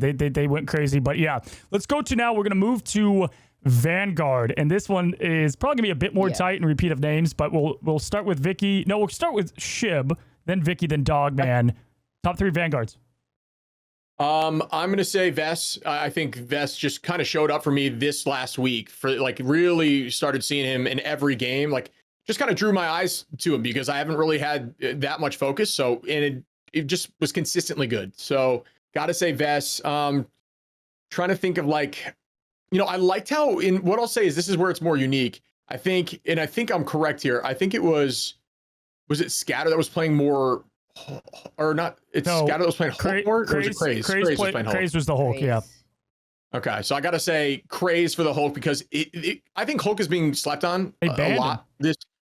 Well, that's what I'm saying, and that's what I was gonna get at is I just couldn't remember who it was, but I think Hulk is definitely getting a little slept on. And Dog was talking about seeing him way more in EMEA because it's just like way more consistent there, I believe. And he played it the best in NA. So I've got to say Hulk. So I'm going to go Craze for that. For the last Vanguard, I'll say Crimso's Cap because people were banning out Crimso's Cap. Ooh. I like that call out. Yeah. Just on the Hulk real quick, I want to just say one thing I think was interesting is Hulk is so all or nothing when it comes to countering flyers. And I think Craze was able to consistently hit those jumps and like take down Storms and Human Torches too. And that was why I saw others try it and they just couldn't. Like he was the one doing that. That's a great call out, Shibb. Vikki? All right. So for mine, I'm going to have to say Craze as well. I'm gonna add in a mix, and for all the reasons Shibb already explained, Craze. I was talking about Craze a lot during the broadcast. TTK, of course, TTK still always like so good, and then Vez. I do agree with Vez. I like his energy too in the interviews. Vez in general. You were saying that Duelist is really stacked. I think Vanguard is pretty stacked too, man. Like, yeah, I think a big highlight for specific really good Vanguard players that we have in the upper echelon of all these teams are highlighted with Magneto plays too. Like being able to land that I know Cozy and I had a lot of fun. It's not easy. I'm not saying I would do it any better, like especially if you're trying to hit a flying target, dude, but it's literally a game-winning moment. That's a win condition. And like if you can't land those, dude, if you are not LeBron, like I don't know. I think it's really hard. But, you know, and then if you talk about flexibility, I think that's where being able to have more results off of the Magneto comes into play because you at least have something making up for it, right? So I think Vez is the other one for me, TTK and Craze. Yeah, those are my 3. Okay. And Dogman. I actually think I think this guy actually played Hulk a little bit better even than Kranz did. I think it's I put Spark Chief here. I think Spark Chief. Right. It's because Spark was just kind of insane, and then also I mean his interview is great, but you know specifically I think that he's just been in that like sort of Phil Vanguard, also just playing a ton of that Hulk along with the we talked about how underrated the fastball special is, the team up with the Thing or the Hulk with the Wolverine for sure. So yeah, I think Spark's definitely somebody I think about when I think of Vanguard. And then I got actually two people that are both out of the tournament. No, Techie's still in. I got Brute. I actually, for some reason, Brute was so good on Vanguard. Brute's the Techie XD. I thought it was Blur. Magneto player. Blur?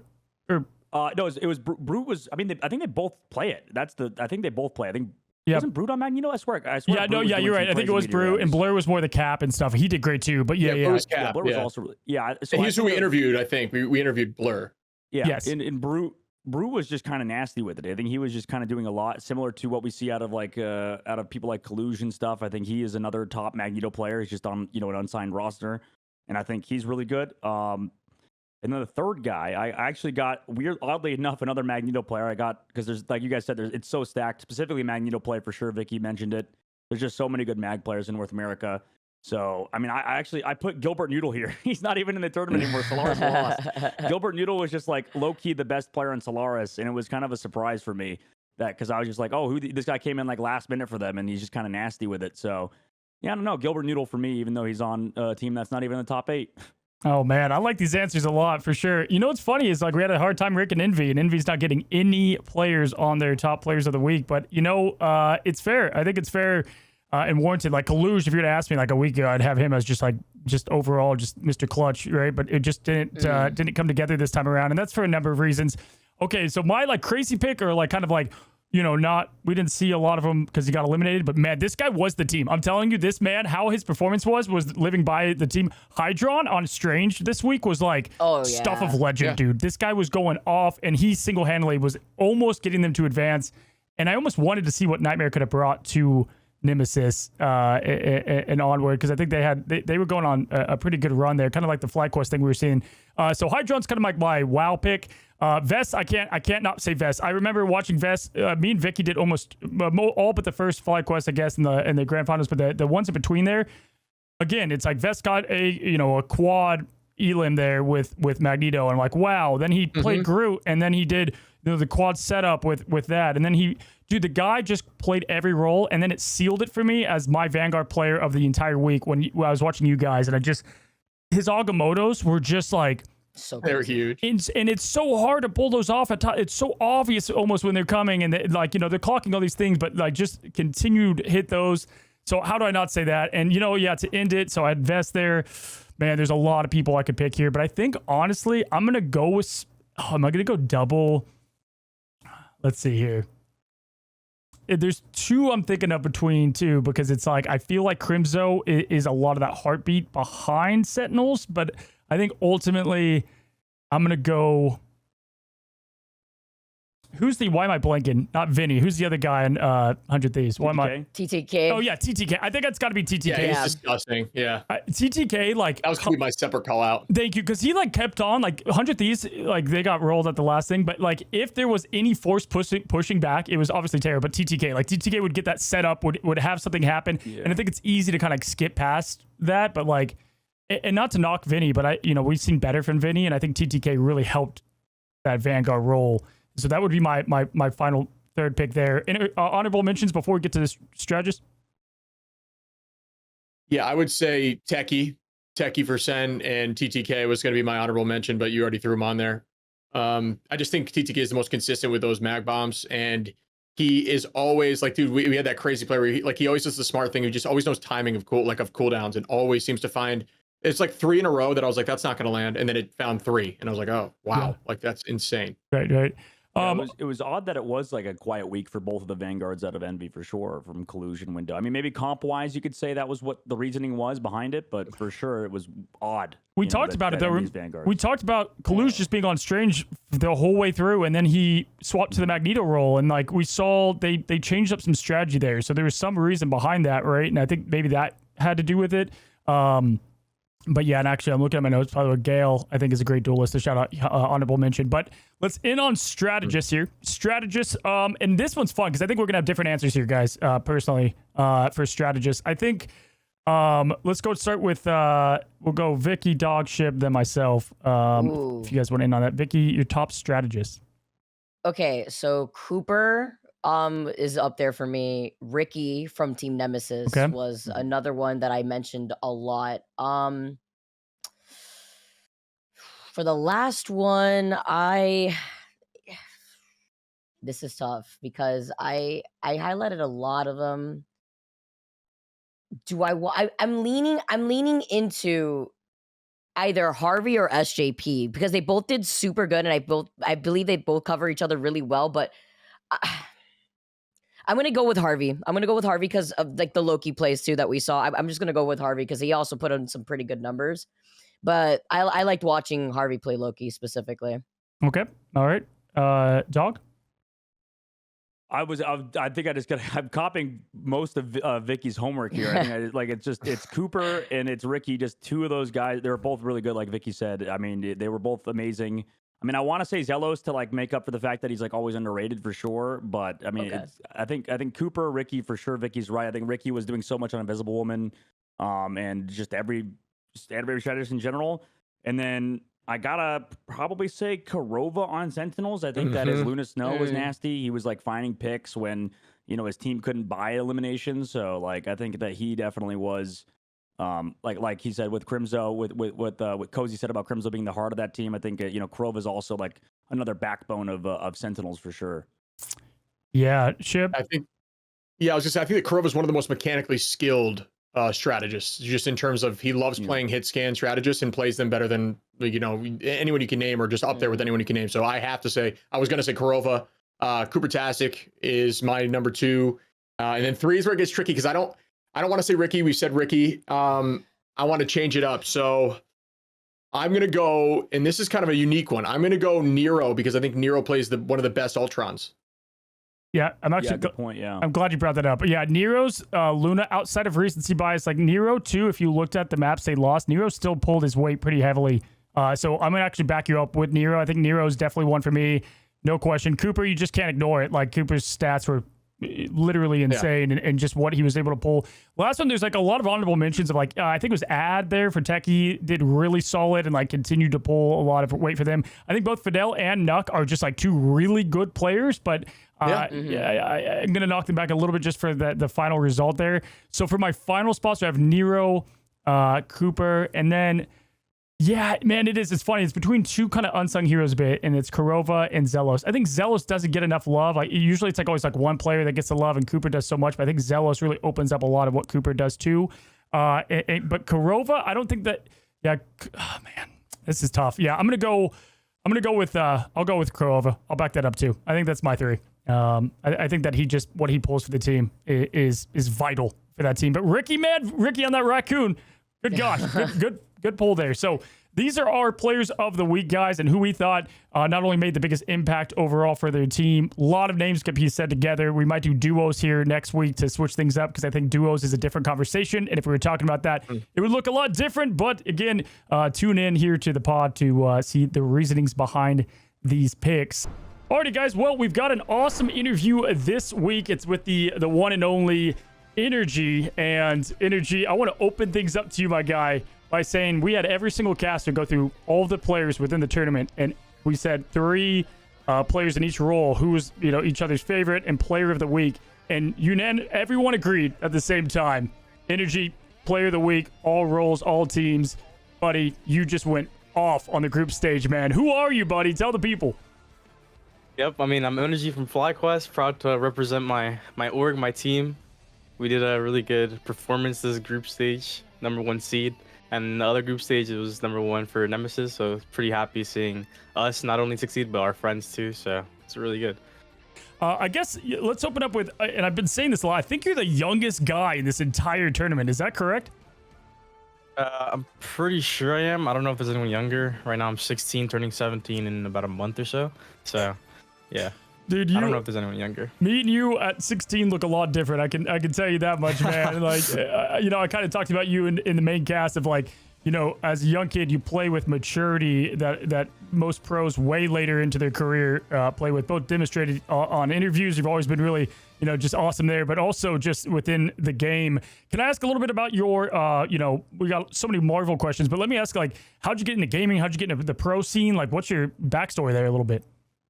Yeah, so about probably 2 years ago, I think there was a trend actually on like Twitter or X, I guess now, where you post a screenshot of like where you really started. So I actually started from one of my friends named Neckrise. He's on, I think, one below all, competing in MRC right now. Okay.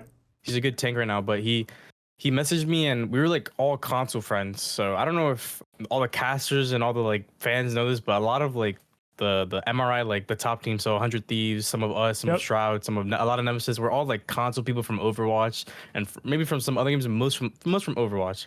And then Marvel Rivals came out, and I'm pretty sure the first thing I competed on was console still. We made a little team. It didn't go too far, but I was like, I was trying to move to PC because I really wanted to like compete and actually like make it, actually do something with it, because I know I was a good player. Okay. So I had to get comfortable with PC with like mouse and keyboard, but so that took a little bit. I actually was a controller player at first. I think I was pretty good at controller. People say it was broken because of aim assist, but yeah, I think controllers still slept on. It's crazy to see at this level, like, you know, still Smash, and as you know, TTK, they're still playing on the controller, right? And they're playing at, you know, high levels. Smash playing duelist on controller is just like mind-blowing to me. That's such wildness with because I don't think people understand the aim assist not being there. When did you join FlyQuest officially?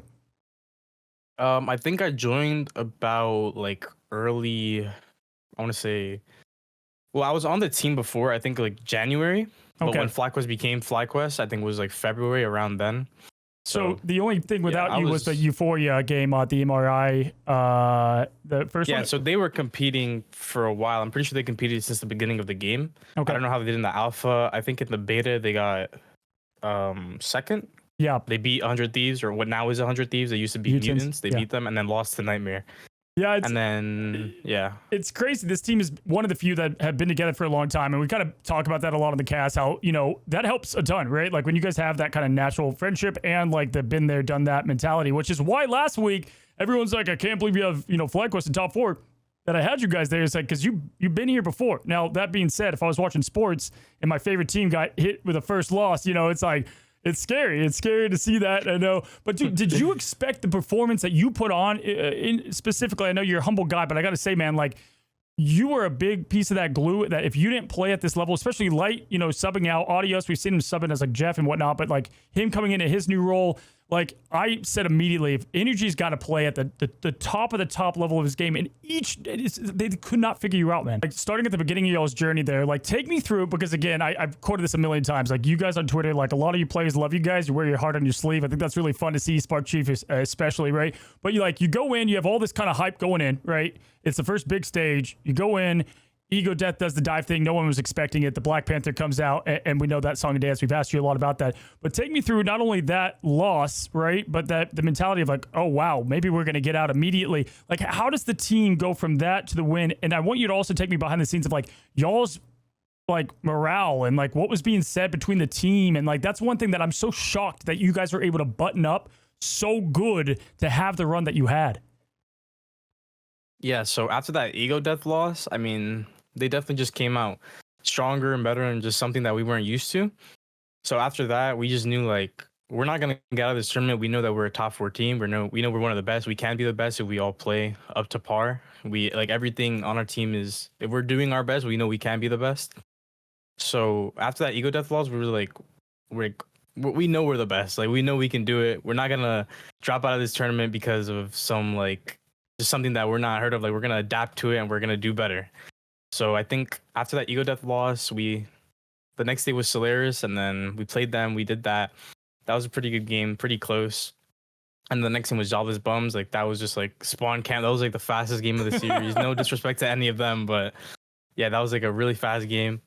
So I think we just really locked in like right after that. I know that I'm pretty sure I said that before, we locked in, but that's just, I think, the best way to put it. Like we just really just locked in. We really focused on what was most important in our comm structure, just like not like getting annoyed if someone like died in a weird way. Okay. Just little things like that is like really important in our team, I think. Yeah, and like, I mean, even, you know, so you go in, you know, you have that Ego Death loss, but, you know, like I said, Spark Chief's like staring at the ceiling, like what's going on. But yeah, so then the mentality was just like, you guys were like, we know who we are. We know we can win this. And at that point, it's like the monkey's off the back a bit, where it's like you guys have nothing to lose, but it's like you got that loss already. So you might as well just like go out swinging, you know, essentially, I guess is how y'all bring it up. I'm actually going to bring this up and show everybody the journey real quick. So yeah, you guys take out Solaris there, which honestly, like I feel so bad for that team, dude. They go against Envy and then against you guys. Like, Yeah, we talked about that too. Oh, that's a rough seed, man. I think I actually said they had the roughest seed out of the bunch. That's why I gave them a good power ranking last week. They're a good team, but unfortunately, getting that pull there. And I actually like their matchup going into you guys as well, because it's like y'all going off a loss. Them almost, it was going to be tight, and it was showed that, right? Mm-hmm. You guys won 2-1 there. Jobless fan favorite a little bit, but they just for the name. But yeah, unfortunately, didn't make it their way. But dude, talk me through before the Envy, the big game. Talk me through like y'all's first Super Bowl, getting through the team that knocked you off. Like how good did that feel? And not only just beating them, but really, really taking it to them. Yeah, that felt great. Like we knew that's why we kept hovering Black Panther. Like we knew we were just gonna ban that guy. And even if we didn't ban Torch, I'm like super confident we still would have won. Like the only reason we lost that was just because we got caught off guard. Like I'm like 100% sure of that. That's the only reason we lost the first game. We got caught off guard with the Black Panther. So when we banned that, it was just like it's just our game now. Like now we understand everything. It's nothing that we're new to or nothing that we're not used to. So like yeah, that's just it. That's like. So when it comes to these games, dude, do you just play what's needed? I mean, man, you're a demon on Psylocke. You're crazy on Wolverine. Obviously, from my perspective, and you can answer it better than me, but like you go Wolverine, you could do craziness on him. If that's gone, you also have Psylocke to go crazy on. But then we saw you flex on even Magneto, I think, at one point. Like if you need to be on that triple Vanguard for the push-up, right? Like, do you have preferred heroes that you like? Obviously, there's something, that you like more than the others. Or are you just playing like what's ever needed for that team, for that comp? Yeah, so my preferred heroes are just I liked having the most impact on the game. So Wolverine, those grabs, those are game winning. Psylocke, those dives, those are game winning. But of course, like if I need to flex, like if I need to go on Magneto for the triple tank spawn hold, then I'll do it. If I need to go Mantis for the triple res, because I know that Light and Adios, they're better stallers than me. They played it longer, they understand it more. Like all respect to them, so I'll do it for them because I have full faith in them. So I'll flex if I need to. But if I had the option, I would just always be on the carry heroes. That's just what I like. That's my rule. That's what I like to do the most. Yeah, that wide receiver mentality. That getting the big plays, getting the big stats, and hey, we're looking at right in the middle, man. You did just that. Like that's what I'm saying. When we look at the Envy game, I just kept thinking, okay, well, Envy, they know what they got to do. It's really they just have to diff energy. They have to handle that. And really, the only time I even saw that for just the slightest moment was Yggdrasil, and just the way that their flyers worked out and that first push. That was the only time where I was like, oh, okay, like Envy's fighting back a little bit here. But dude, like, tell me, going into it, obviously you guys have yourselves at the top, but like Envy's got to be a team you guys had some massive respect for going into that fight. Yeah, Envy, we knew we were going to have to play our hardest. We had to have a good draft, good mentality, have confidence going in, but not like be too cocky. Envy's definitely like a top 4 team, I think. So like going into that game, that was like a really important game for us to win, to show that we are a top team. We're not just beating like people that aren't ranked super highly. Like I know Ego Death wasn't ranked super high, but they're still a decent team. Jobless Bums are not ranked super high. They're still a decent team. But like Envy, like we knew that we had to go out and beat them and show that we are we're FlyQuest, huh? Yeah, for sure, man. And it came down to a lot of those matchups. How much do you think of the game is won in the pick and ban phase? Is that a large percentage of it? Like different players have different kind of opinions to this. I think it is a pretty decent amount. I think the pick and ban phase is really important for the game. I think the best way to see that, unironically, is just our 100 Thieves match. The second map, they missed the ban. So we had the option of like choosing more than one character that we wouldn't be able to choose because they missed that ban. So I think it is a good amount of the game, but I think even if you lose in the ban phase, you can still like pull out. You can still win a matchup that's not like favored in you. You just have to play it up to par. That's a good point. Yeah, we actually talked about that earlier in this cast. We said, man, if imagine Loki not being available that game or whatever, it's like that was some big.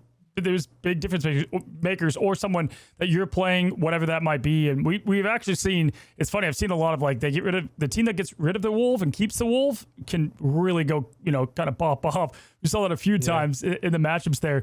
So let me ask you this, right? So then you beat Envy.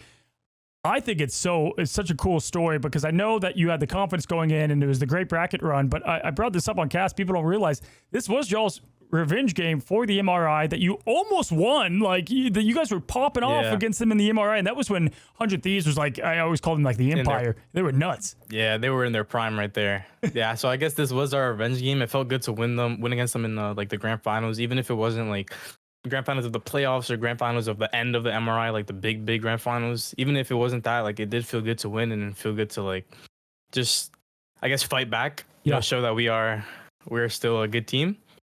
And well, question for you. We got playoffs right here, man. All right, here's your playoffs. There's your bracket. I'm sure you've seen it. Techie. Yep.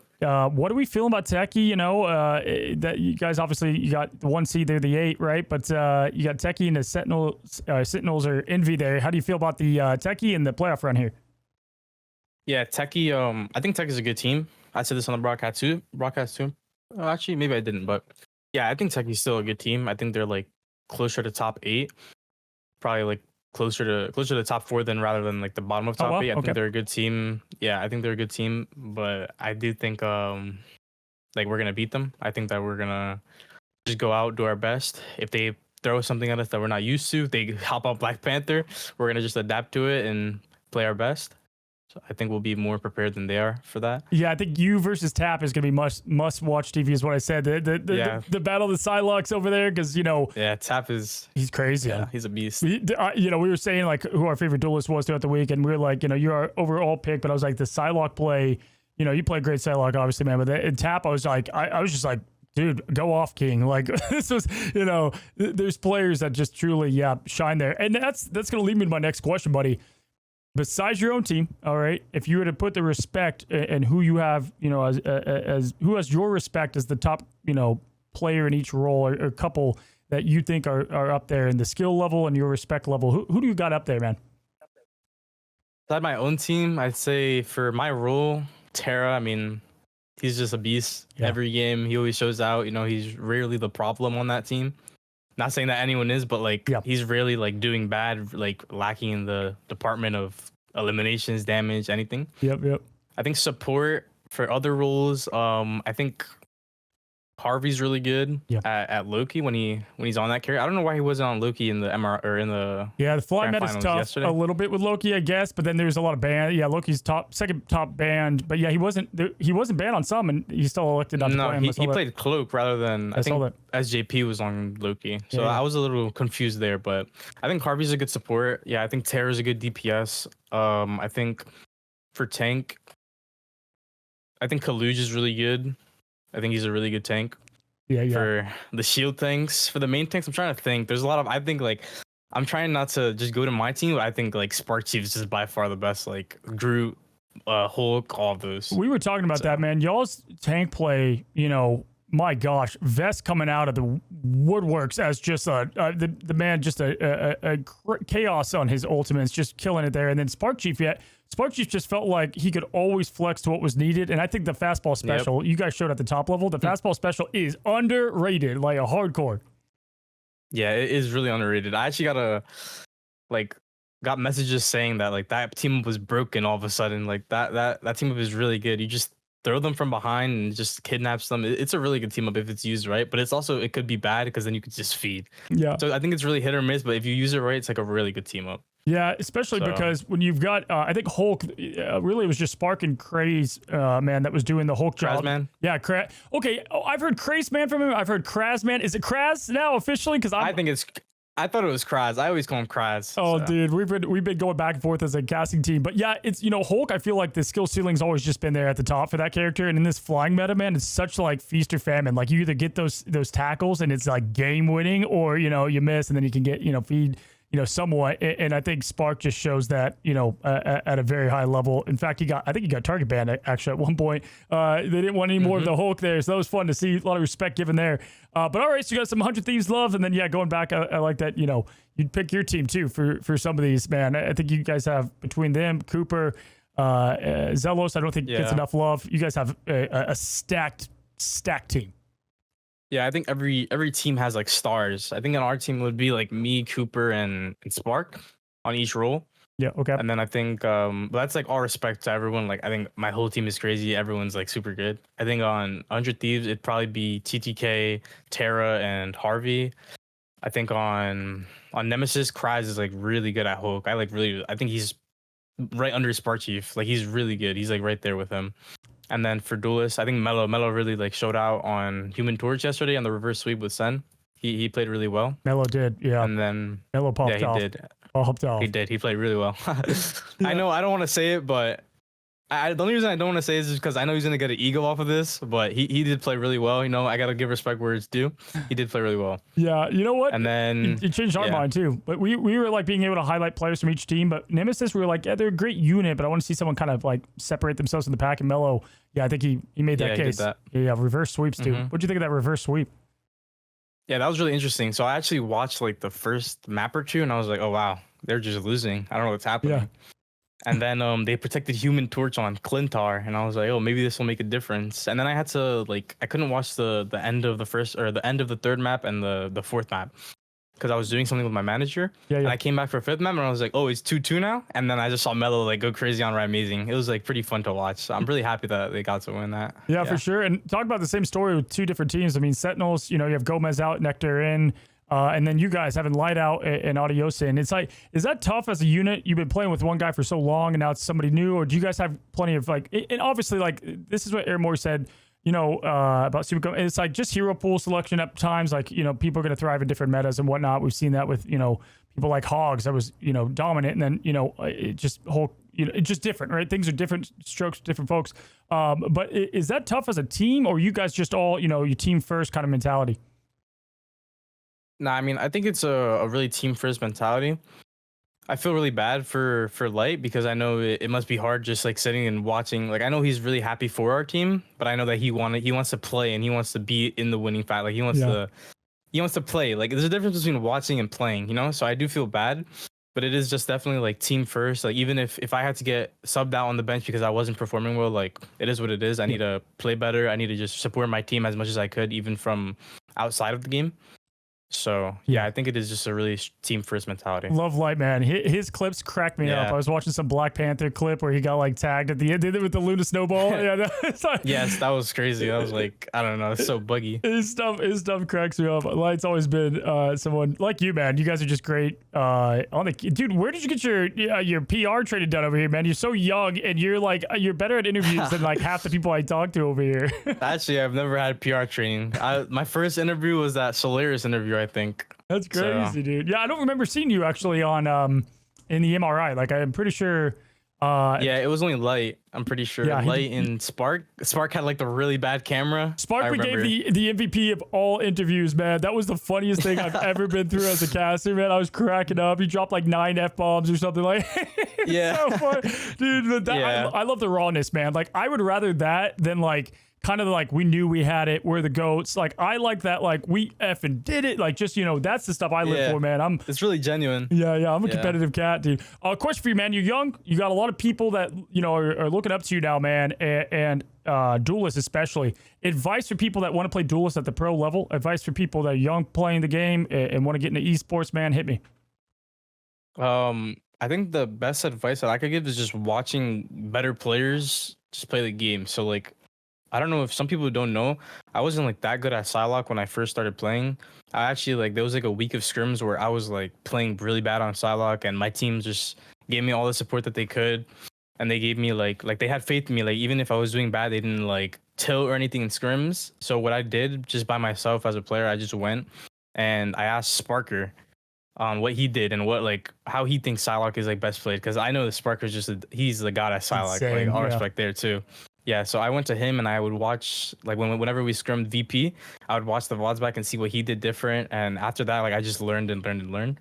And I think now I'm pretty confident on Psylocke. I think there's me, Sparker, Tap. I think they're probably top 3 right now with respects to Doomed and Delena and stuff. But other than those, those are top Psylocks right now. But yeah, any advice? I think it'd just be watching someone that's better than you and just learning. If you have a way to contact that person and ask, I think that'd probably be beneficial too. But yeah. One of the cool things I think about Rivals is because it's so young in the birth of it, it is it's easier than you think to talk to some of these people that you look up to and get with, and the scene is still fresh and has a lot of moments and movements. Listen, man, we got a LANs coming up. All right, what would it mean for you and the team to make it to LANs? You get to see, meet Sparker, meet some of these guys that you've seen in the game and talked to, and man, I get to say what's up. What does that mean? What would that mean for you guys? That would be like crazy. I actually have no words. Like going to that LAN would be really exciting, not only for me because I'm like super young. Like that'd be my first LAN literally ever. I've never been to a LAN before. Yeah. So that'd be really exciting for me, but I know it'd be exciting for my team, just being able to meet each other just in real life. Like I'm pretty sure like Adios and Zelos, I'm pretty sure they're like, they know each other or like they've met or like they're gonna meet. Okay. But for everyone to meet together, it'd be a really good like fun vibe. So that's actually crazy because I think a lot of the teams are getting together or they've already been and met together either for the playoffs, but also prior in MRI and stuff. That's wild. So FlyQuest, you guys have never all been together. Not all at once. No, we haven't. Maybe like I think probably like they've met in the past. 'Cause I know Light, Adios, and Zelos are like pretty close friends.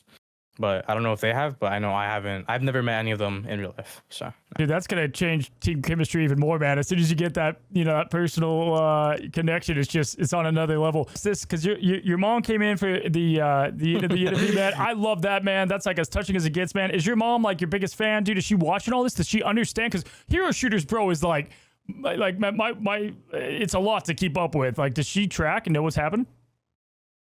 I don't know if she knows what's happening. I know that she tries to support as much as she could. The last MRI when we played against 100 Thieves and lost, she was watching like it was like a school night, I'm pretty sure, and she was still watching, like trying to support as much as she could. I know my brothers do too, so they're like definitely like one of my top supporters. I love them for that. Yeah. You guys make it all the way to the grand finals. What team are you seeing there? What team do you think you're gonna play there? Grand finals.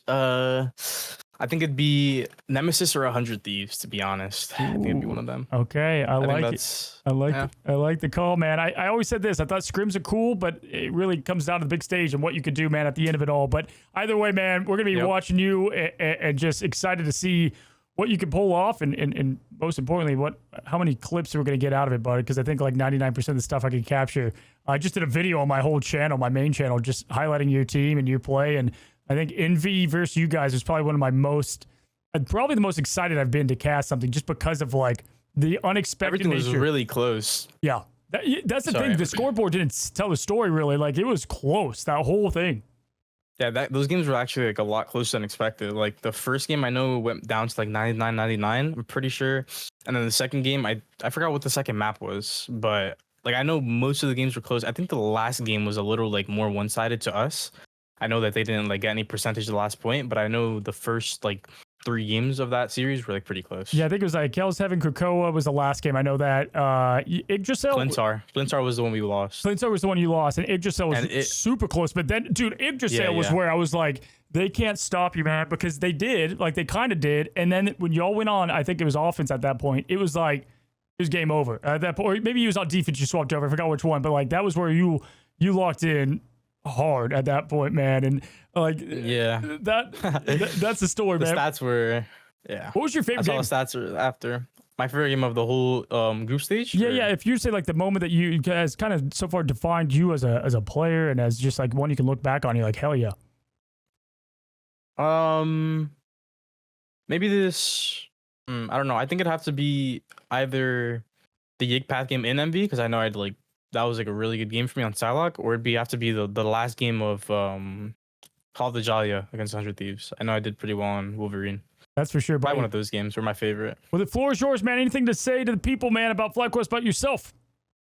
And I just want to shout out, of course, my team, like I always do, my coaches, managers, players, everyone, my friends at Nemesis. All of them are great players. I'm really glad that they won. I'm glad to support them. Hopefully to see them in the grand finals as me and Nemesis. Just respect to all the teams. I don't have like any bad thoughts, bad relationships with anyone. So if anyone thinks that, I just want to clear that up now. Because I know I do my fair share of I guess trash talking just because that's just me. I come from console. That's just what the console guys do. We just say it all. Yeah. But I do respect a lot of people. I respect a lot of players, especially like the upper teams. So I know everyone tries their hardest. It's really fun thing to do though, like competing. So yeah. Love it, buddy. Yeah, it's hard for me too. It's like I have people I like a lot to watch, and sometimes in my storytelling, it might look like I'm ripping a team, but I'm like, man, I love all you guys. It's just, I gotta change it up, make things spicy. But either way, man, appreciate you coming on, guys. If you want to watch one of the best at it and streaming it, you can go ahead and look in the description down below. I'm gonna have all of his links, his socials down there. His Twitch links are down there as well. Look out there in the playoffs, all right? All right, thank you, man. Thanks, buddy. All right, guys, so for the regional recap or region recap, we have our first region that has come to a close, the OCE region at the Great Land Down Under, Australia, I believe. Yeah, you guys both from Australia? I got Liger here and Mattse. How we doing? What's going on? To the marvelous folks out there, my name is Liger. I am one of the OC MRI casters, and I'm also joined by my legendary co-caster, Mattse. What's up, everybody? That's right. We're both coming from the land down under, and we're bringing all the thunder. We've managed to get through all the good games, and wow, what a stage one it was. Yeah, so, if you guys have been watching the American content, we do a double elimination at OCE. They're doing a round robin, so every single team is playing each other minimum once. And, as we are going to focus on the playoffs, because, again, our playoffs are this week. They went through their playoffs. I want to start at the group stage and kind of, the players, the teams, I think they're a bit more in the shadows, compared to some of the other scenes. And I think it's, crazy because there's some really good talent down there. So you guys tell me about the group stage and some of the players that we've seen here as we look at the standings. Ooh, Mattse, I'll let you start off, man. Talk to me about this. All right, so let's bring it into it with Group A, the group of misery, or the group of death, as the players proclaimed it. That was a really harsh side of the bracket, I'd say, having like the previously top team in the region, Kanga there, Ground Zero, Quetzal, and Pig Team all together in a one tightly wrapped up present there. It was a tough one for every team involved. I think Pig Team, probably the team that got the rough end of the stick out of that group. Like, would you agree?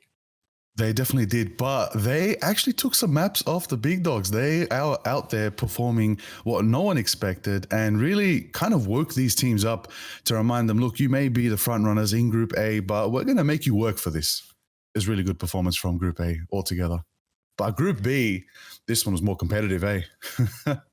Absolutely. Yeah, we did have the Vicious, the previously number 2 team in the region. I suppose they still are number 2 as of the results. But yeah, Vicious coming out on top of that one, having a real confident run in groups there, going clean slate. Bethany was right behind them, though, only losing to the Vicious there. Xavier Hope did manage to at least get some formation on the board there in their game against Gapped. And Gapped, unfortunately, the lackluster team of the tournament there. But at least they managed to make it through to the group stage. I think that in itself does prove that they have what it takes. And I hope that for some of these teams like Pig Team, like Gapped, they're able to run it back into future competitions and really show us a bit more of what they're made of. Yeah. Now, if I recall, Cozy, you also had a group of misery? Yeah, I was just funny enough. You took the words out of my mouth. I was about to say it's funny because America. Oh yeah, we also had Group A, and it was just fully stacked. And it's funny as kind of things even out. It's like, okay, there's definitely, at least in ours, like some teams that really started to kind of show what else they have. I think MRC is great, but this is a big stage, right? So these wins here really define your team. And I got to ask, okay, so for us, no one would have picked our winners, Nemesis and FlyQuest. I mean, that they were like the 6th seed and the 4th seed, something like that. They weren't even close to 1 and 2, right? And so that was big upsets for us. Before we head into the playoffs in your end, though, one question I have, and I've been curious, right? Because, you look at EMEA, the scene's different than here when it comes to meta, what people are playing. For us, it was a lot of Torch, a lot of Wolverine. You got, obviously Emma Magneto as all. But, like, what were the standout heroes, team comps, some strategies that you guys saw over there? Oh, well, to start it off, we definitely played with a lot of the meta that everyone else has been seeing. Your Magnetos, your Emmas. We definitely did take to the skies with Human Torch, a little bit of Storm. Funnily enough, we didn't see much Jeff Nato, did we, Mattse?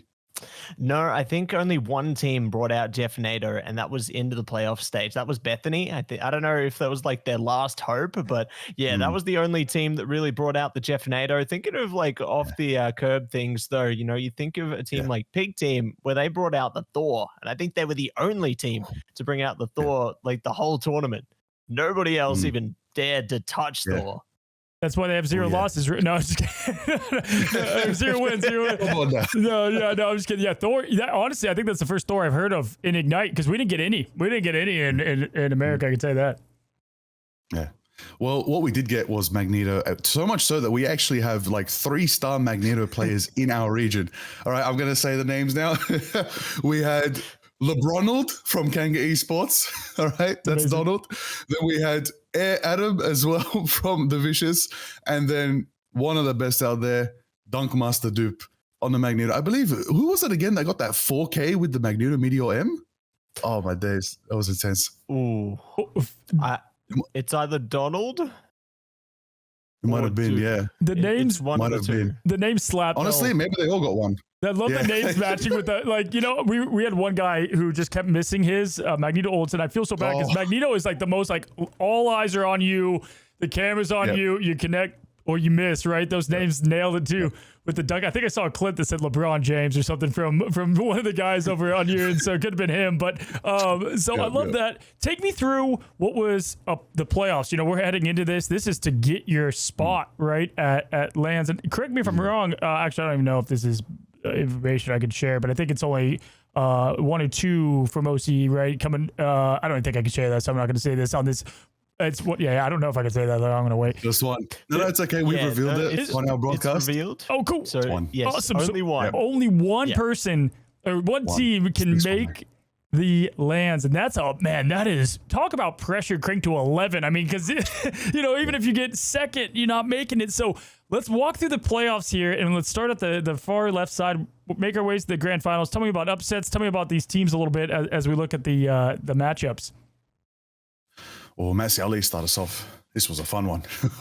Oh, yeah, we had a heap of fun. So in day one, we did see things kick off with the top team out of Group A, Ground Zero, going on a clean run there and continuing their pursuit as they took on Seed 2 out of Group B, Bethany there. Bethany, you know, they tried to make it work for themselves, but they just got caught a little bit short there, weren't able to take away anything against Ground Zero, continuing their clean pursuit. But in terms of the other side of things, we did have the Vicious and Kanga. Now, the Vicious did manage to take one map away from Kanga there, but Kanga continued their strong pursuit. You know, through the tournament, it was a pretty assumed thing that it was going to be like Kanga number 2, Ground Zero number 1, and the Vicious on a close third there.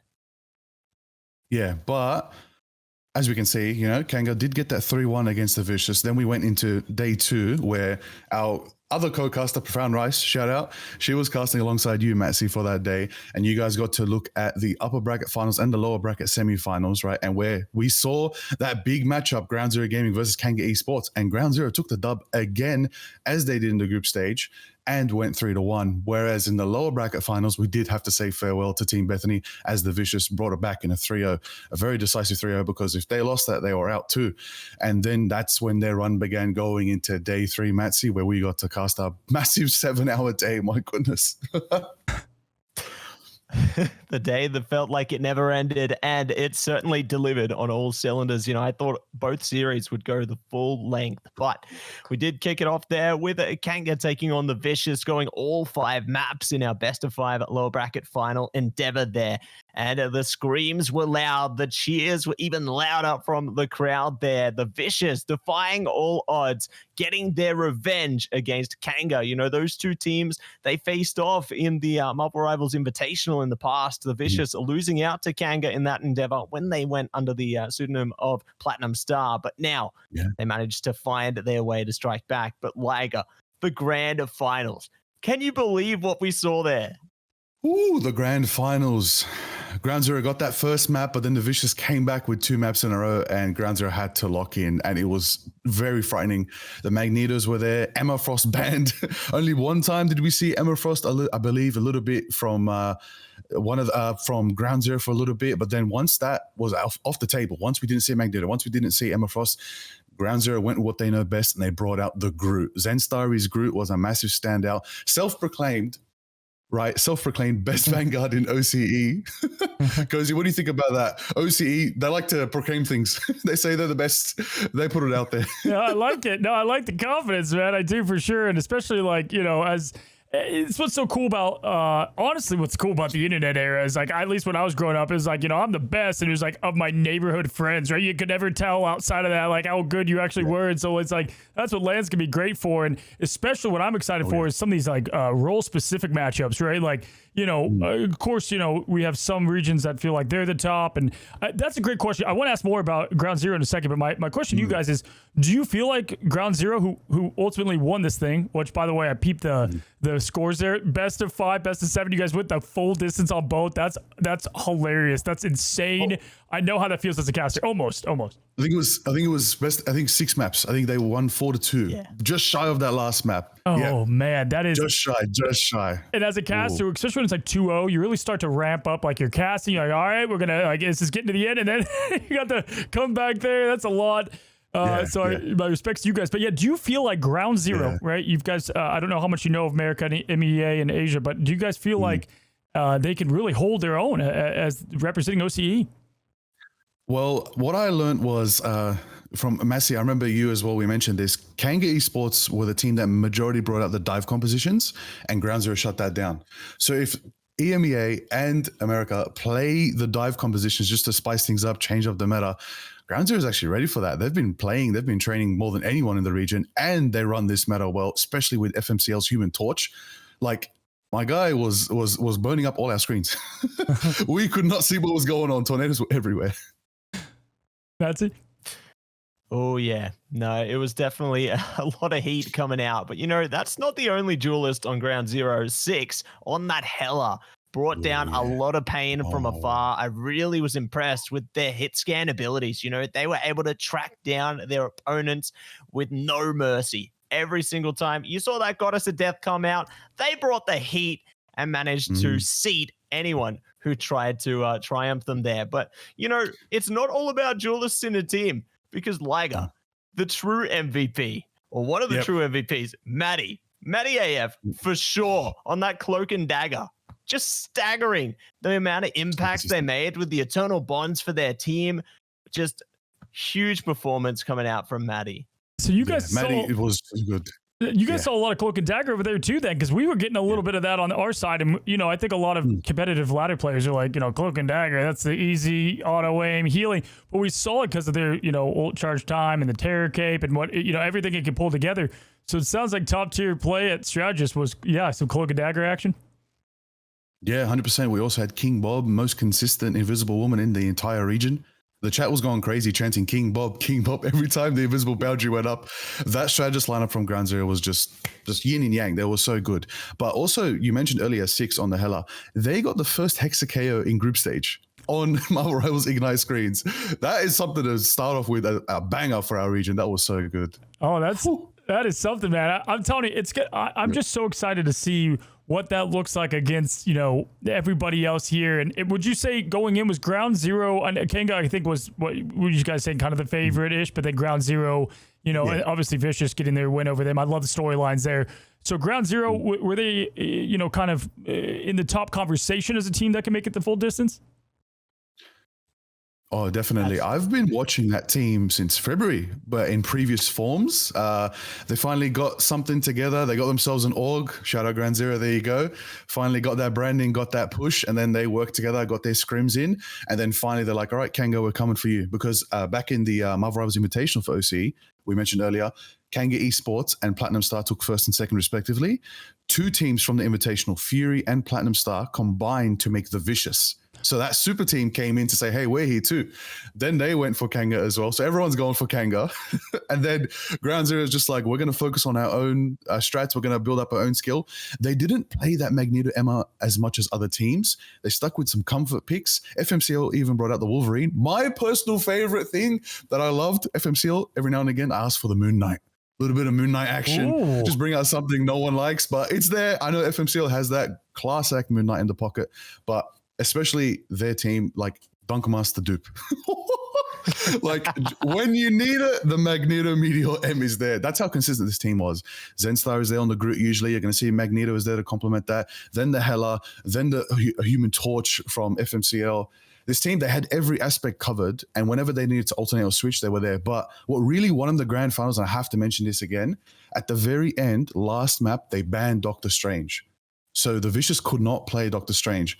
And you saw it in that last moment, they recapped back. It was literally 10% left, and I was calling it in the moment. I'm like, now they're pushing in. Now they're going to have a chance to come back here. They're probably going to be able to portal on point. Oh, wait, they don't have portal. They're not going to make it. And it literally ticked down, and done, and Ground Zero took the entire series. It was too much. It was insane. They won it early in the ban phase. My goodness. My gosh, yeah, that's where a lot is done, right? I hope UI is going to support in the future that we can see the bans mid-game, because I know we got that some a little bit like, switch to the Luna. It's like, they can't, right? And that's where the new pick and bans really showed up. Just to, Mattse, I'll let you start here with the kind of closing statements. Anything you guys want to tell the viewers and everyone about esports of OCE, of y'all's players, of y'all's teams to close things up? Absolutely. I think that we're a force to be reckoned with. I think that OCE, we haven't been able to make a true name for ourselves across some of the other titles. We got a player or two here and there across some of the other titles. I think this time we might have a pretty good chance to make the distance there. I don't know if we're going to get to the top. I certainly hope so. Have some national pride on the line there. But I reckon we're going to go at least halfway through in the mid-season finals. Ooh. I like it. I like it. Hey, everybody, if it's anything like America, we had underdog stories all day, and that's what people love to watch. I think you guys are gonna have more fans than you think there in the midseason just for that. You got one team, right? Like, that's so cool in itself. Like, how far can that one team make it? And I gotta say, for sure, for Liger, you gotta do some ASMR content, man. That voice is and Matt, you got a great casting voice, but as chef's kiss over there, buddy. Chef's kiss there for the voice. But anyway, I appreciate you guys coming on. We're going to be excited to get updates from you guys as we head closer to LAN and two mid seasons. And I'm looking forward to watch Ground Zero and what they can do. Oh, it's going to be a big one. I can't wait for the rest of the world to see what Ground Zero can do as well. They're going to bring it. They're going to bring it home. Awesome. Oh, yeah. Awesome stuff, guys. All right, with that, guys, we're going to close things back with the Core 4, and then we will close the show up. Thank you guys for coming on. We're going to go ahead and take a look at the playoffs. All right, so here's the playoff bracket. We're going to do our predictions one by one here. Again, we're going to go Dog, Shibb, then Vikki. It's best of 3 to open things up, and then it's best of 5 after that, of course, after the lower bracket as well. And so I want you to actually give me your 2 rankings at Fly and Sentinels, both those back-to-back, and I'll go ahead and let you start, Dog. Fly. Okay, so we're going back. I got FlyQuest 2-0 over Tanky. I think they just look like the best team in the game right now. And what about Sentinels? And for Sentinels, Envy. I got 2-1 Envy, I think. I want Sentinels to win. I think that, listen, not biased, obviously, but, I feel like Envy is a better team at the current moment, but anything is possible. I still think Envy probably 2-1s based on, how they look this patch. Shibb? Yeah, see, this is where it's going to seem like I'm just trying to show some love to these teams, but I really do think that Techie can get away with 1 win against Fly. I feel like Fly's great against big teams, like big name teams in like traditional compositions, but weird stuff kind of gets them. So I'm going to say 2-1, Techie finds a way to get 1. And then for Sentinels and Envy, I actually agree with you. I do think it's 2-1 as well. It seems like I'm just trying to show love, but I think Envy is going to have a fire under them, and they are has so much talent that they have to bounce back on this first game. Vic? Dang, I'm copping Shibb right now because, well, not except for the FlyQuest Seki. I do think that's going to be a 2-0. But the Sentinels and Envy, I think Envy's going to take it 2-1. Yep. So mirror me 2-0, 2-1. I think Sentinels gets. This is my prediction actually. I think Sentinels gets game 1 on Dom because they've been playing great Dom. Envy is not, and then I think Envy potentially finishes out the job there. That's my guess there. Again, BO3 is so hard though. Momentum's such a big thing there. So I'm gonna align with you guys on that. We have 100 Thieves, Shroud X, and Nemesis Ego Death. I'll start and kick us off. 100 Thieves. Oh man, it's sad to say. I think it's gonna be a 2. You know what? I think Shroud X, they've got, man, do they pull it together? I'm going to go 2-1. I'm going to go 2-1. A little bit of hangover there from the finals, but it's going to be 100 Thieves for sure winning this. But I'm going to go 2-1, little hangover from the finals. Shroud X has had more time to get their stuff right, but 2-1, 100 Thieves. And then Nemesis, Ego Death. Sadly, I'm going to go, I think Nemesis, they feast on flexibility, 2-0 Nemesis. Dog. Yeah, I mean, we're going to me. We got, so you said 2-0 Nemesis. You got 100 Thieves as well, 2-0? 2-1. 2-100 Thieves. Okay.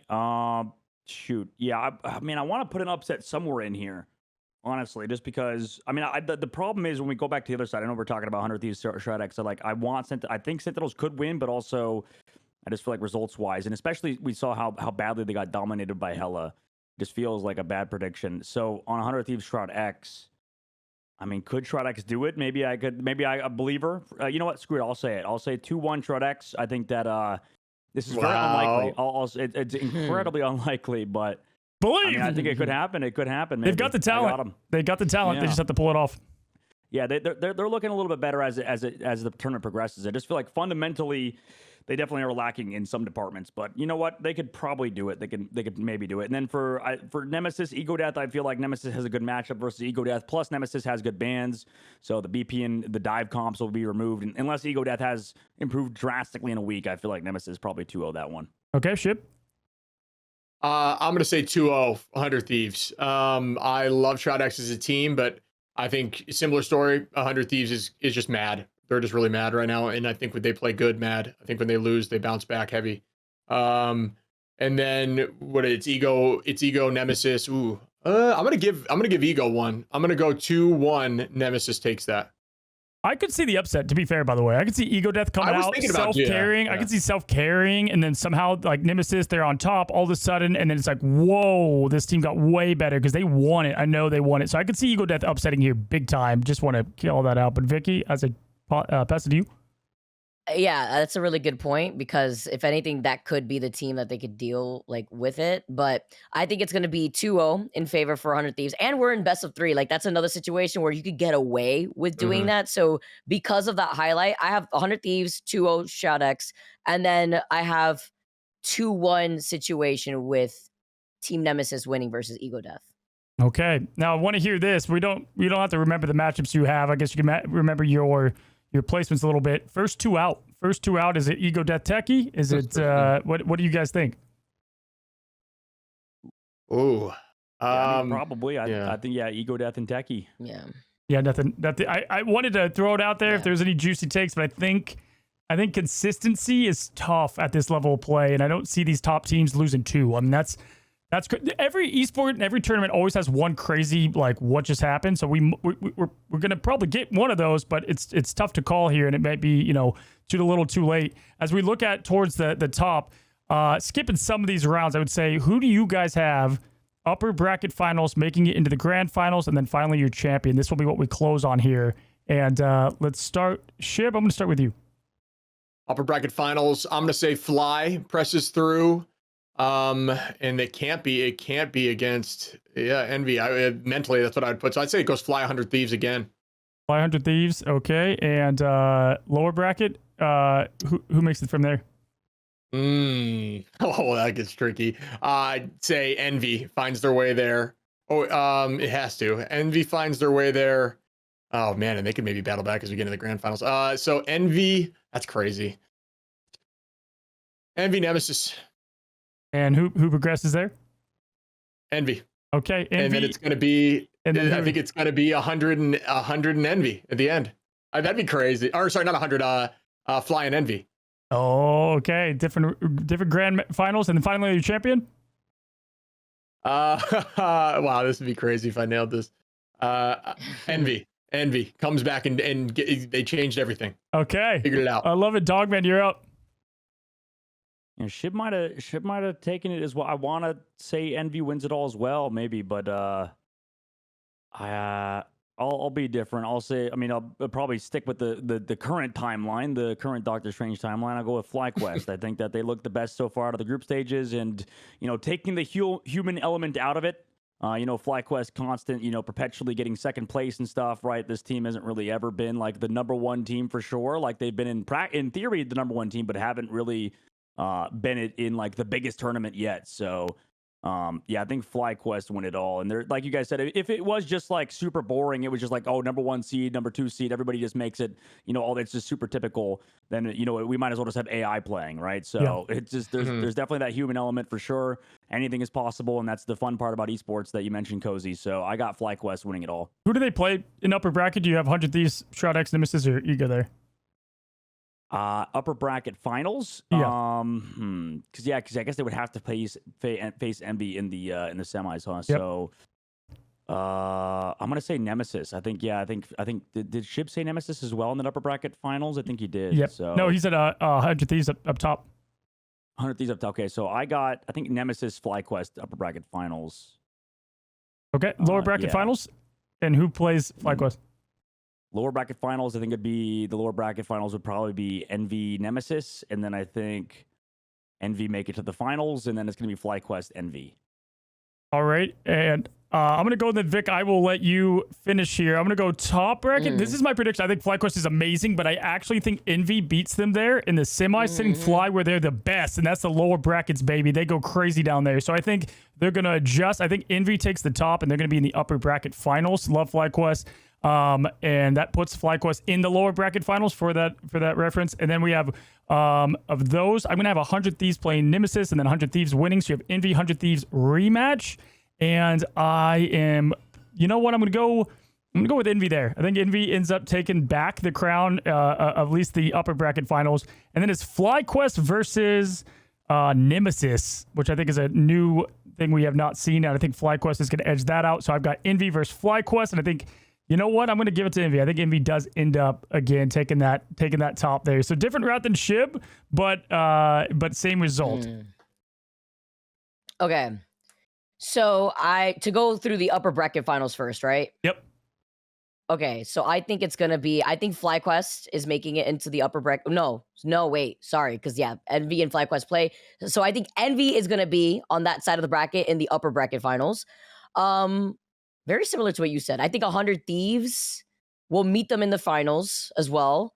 And then in the lower bracket, do we go over the lower bracket finals too? It just admit the finals and then grand final. Yep.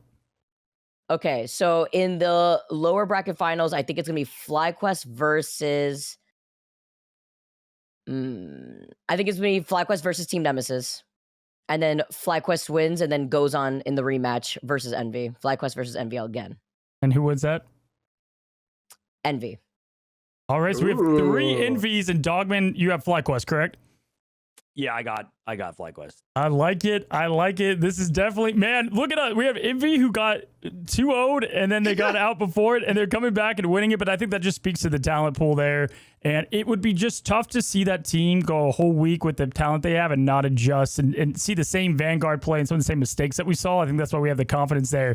Or, guys, and this is much more likely, we're all dead ass wrong, and this is about to be, we're all wrong, and this is going to look a lot. Techie wins it all. Techie wins it all. Yeah, if this is anything like the group stage, that would be insane. Techie Ego Death Grand Final, and Techie wins or something. Yeah, that would be. I would owe them. You know what? I would buy all the Techie jerseys or something. If that happened, I'm putting it on air now because I want to. Cozy, did I send you the Z10 jersey in the EMEA side? I know it's a little bit off topic. I saw that. You saw Vikki saw. Yeah, of course.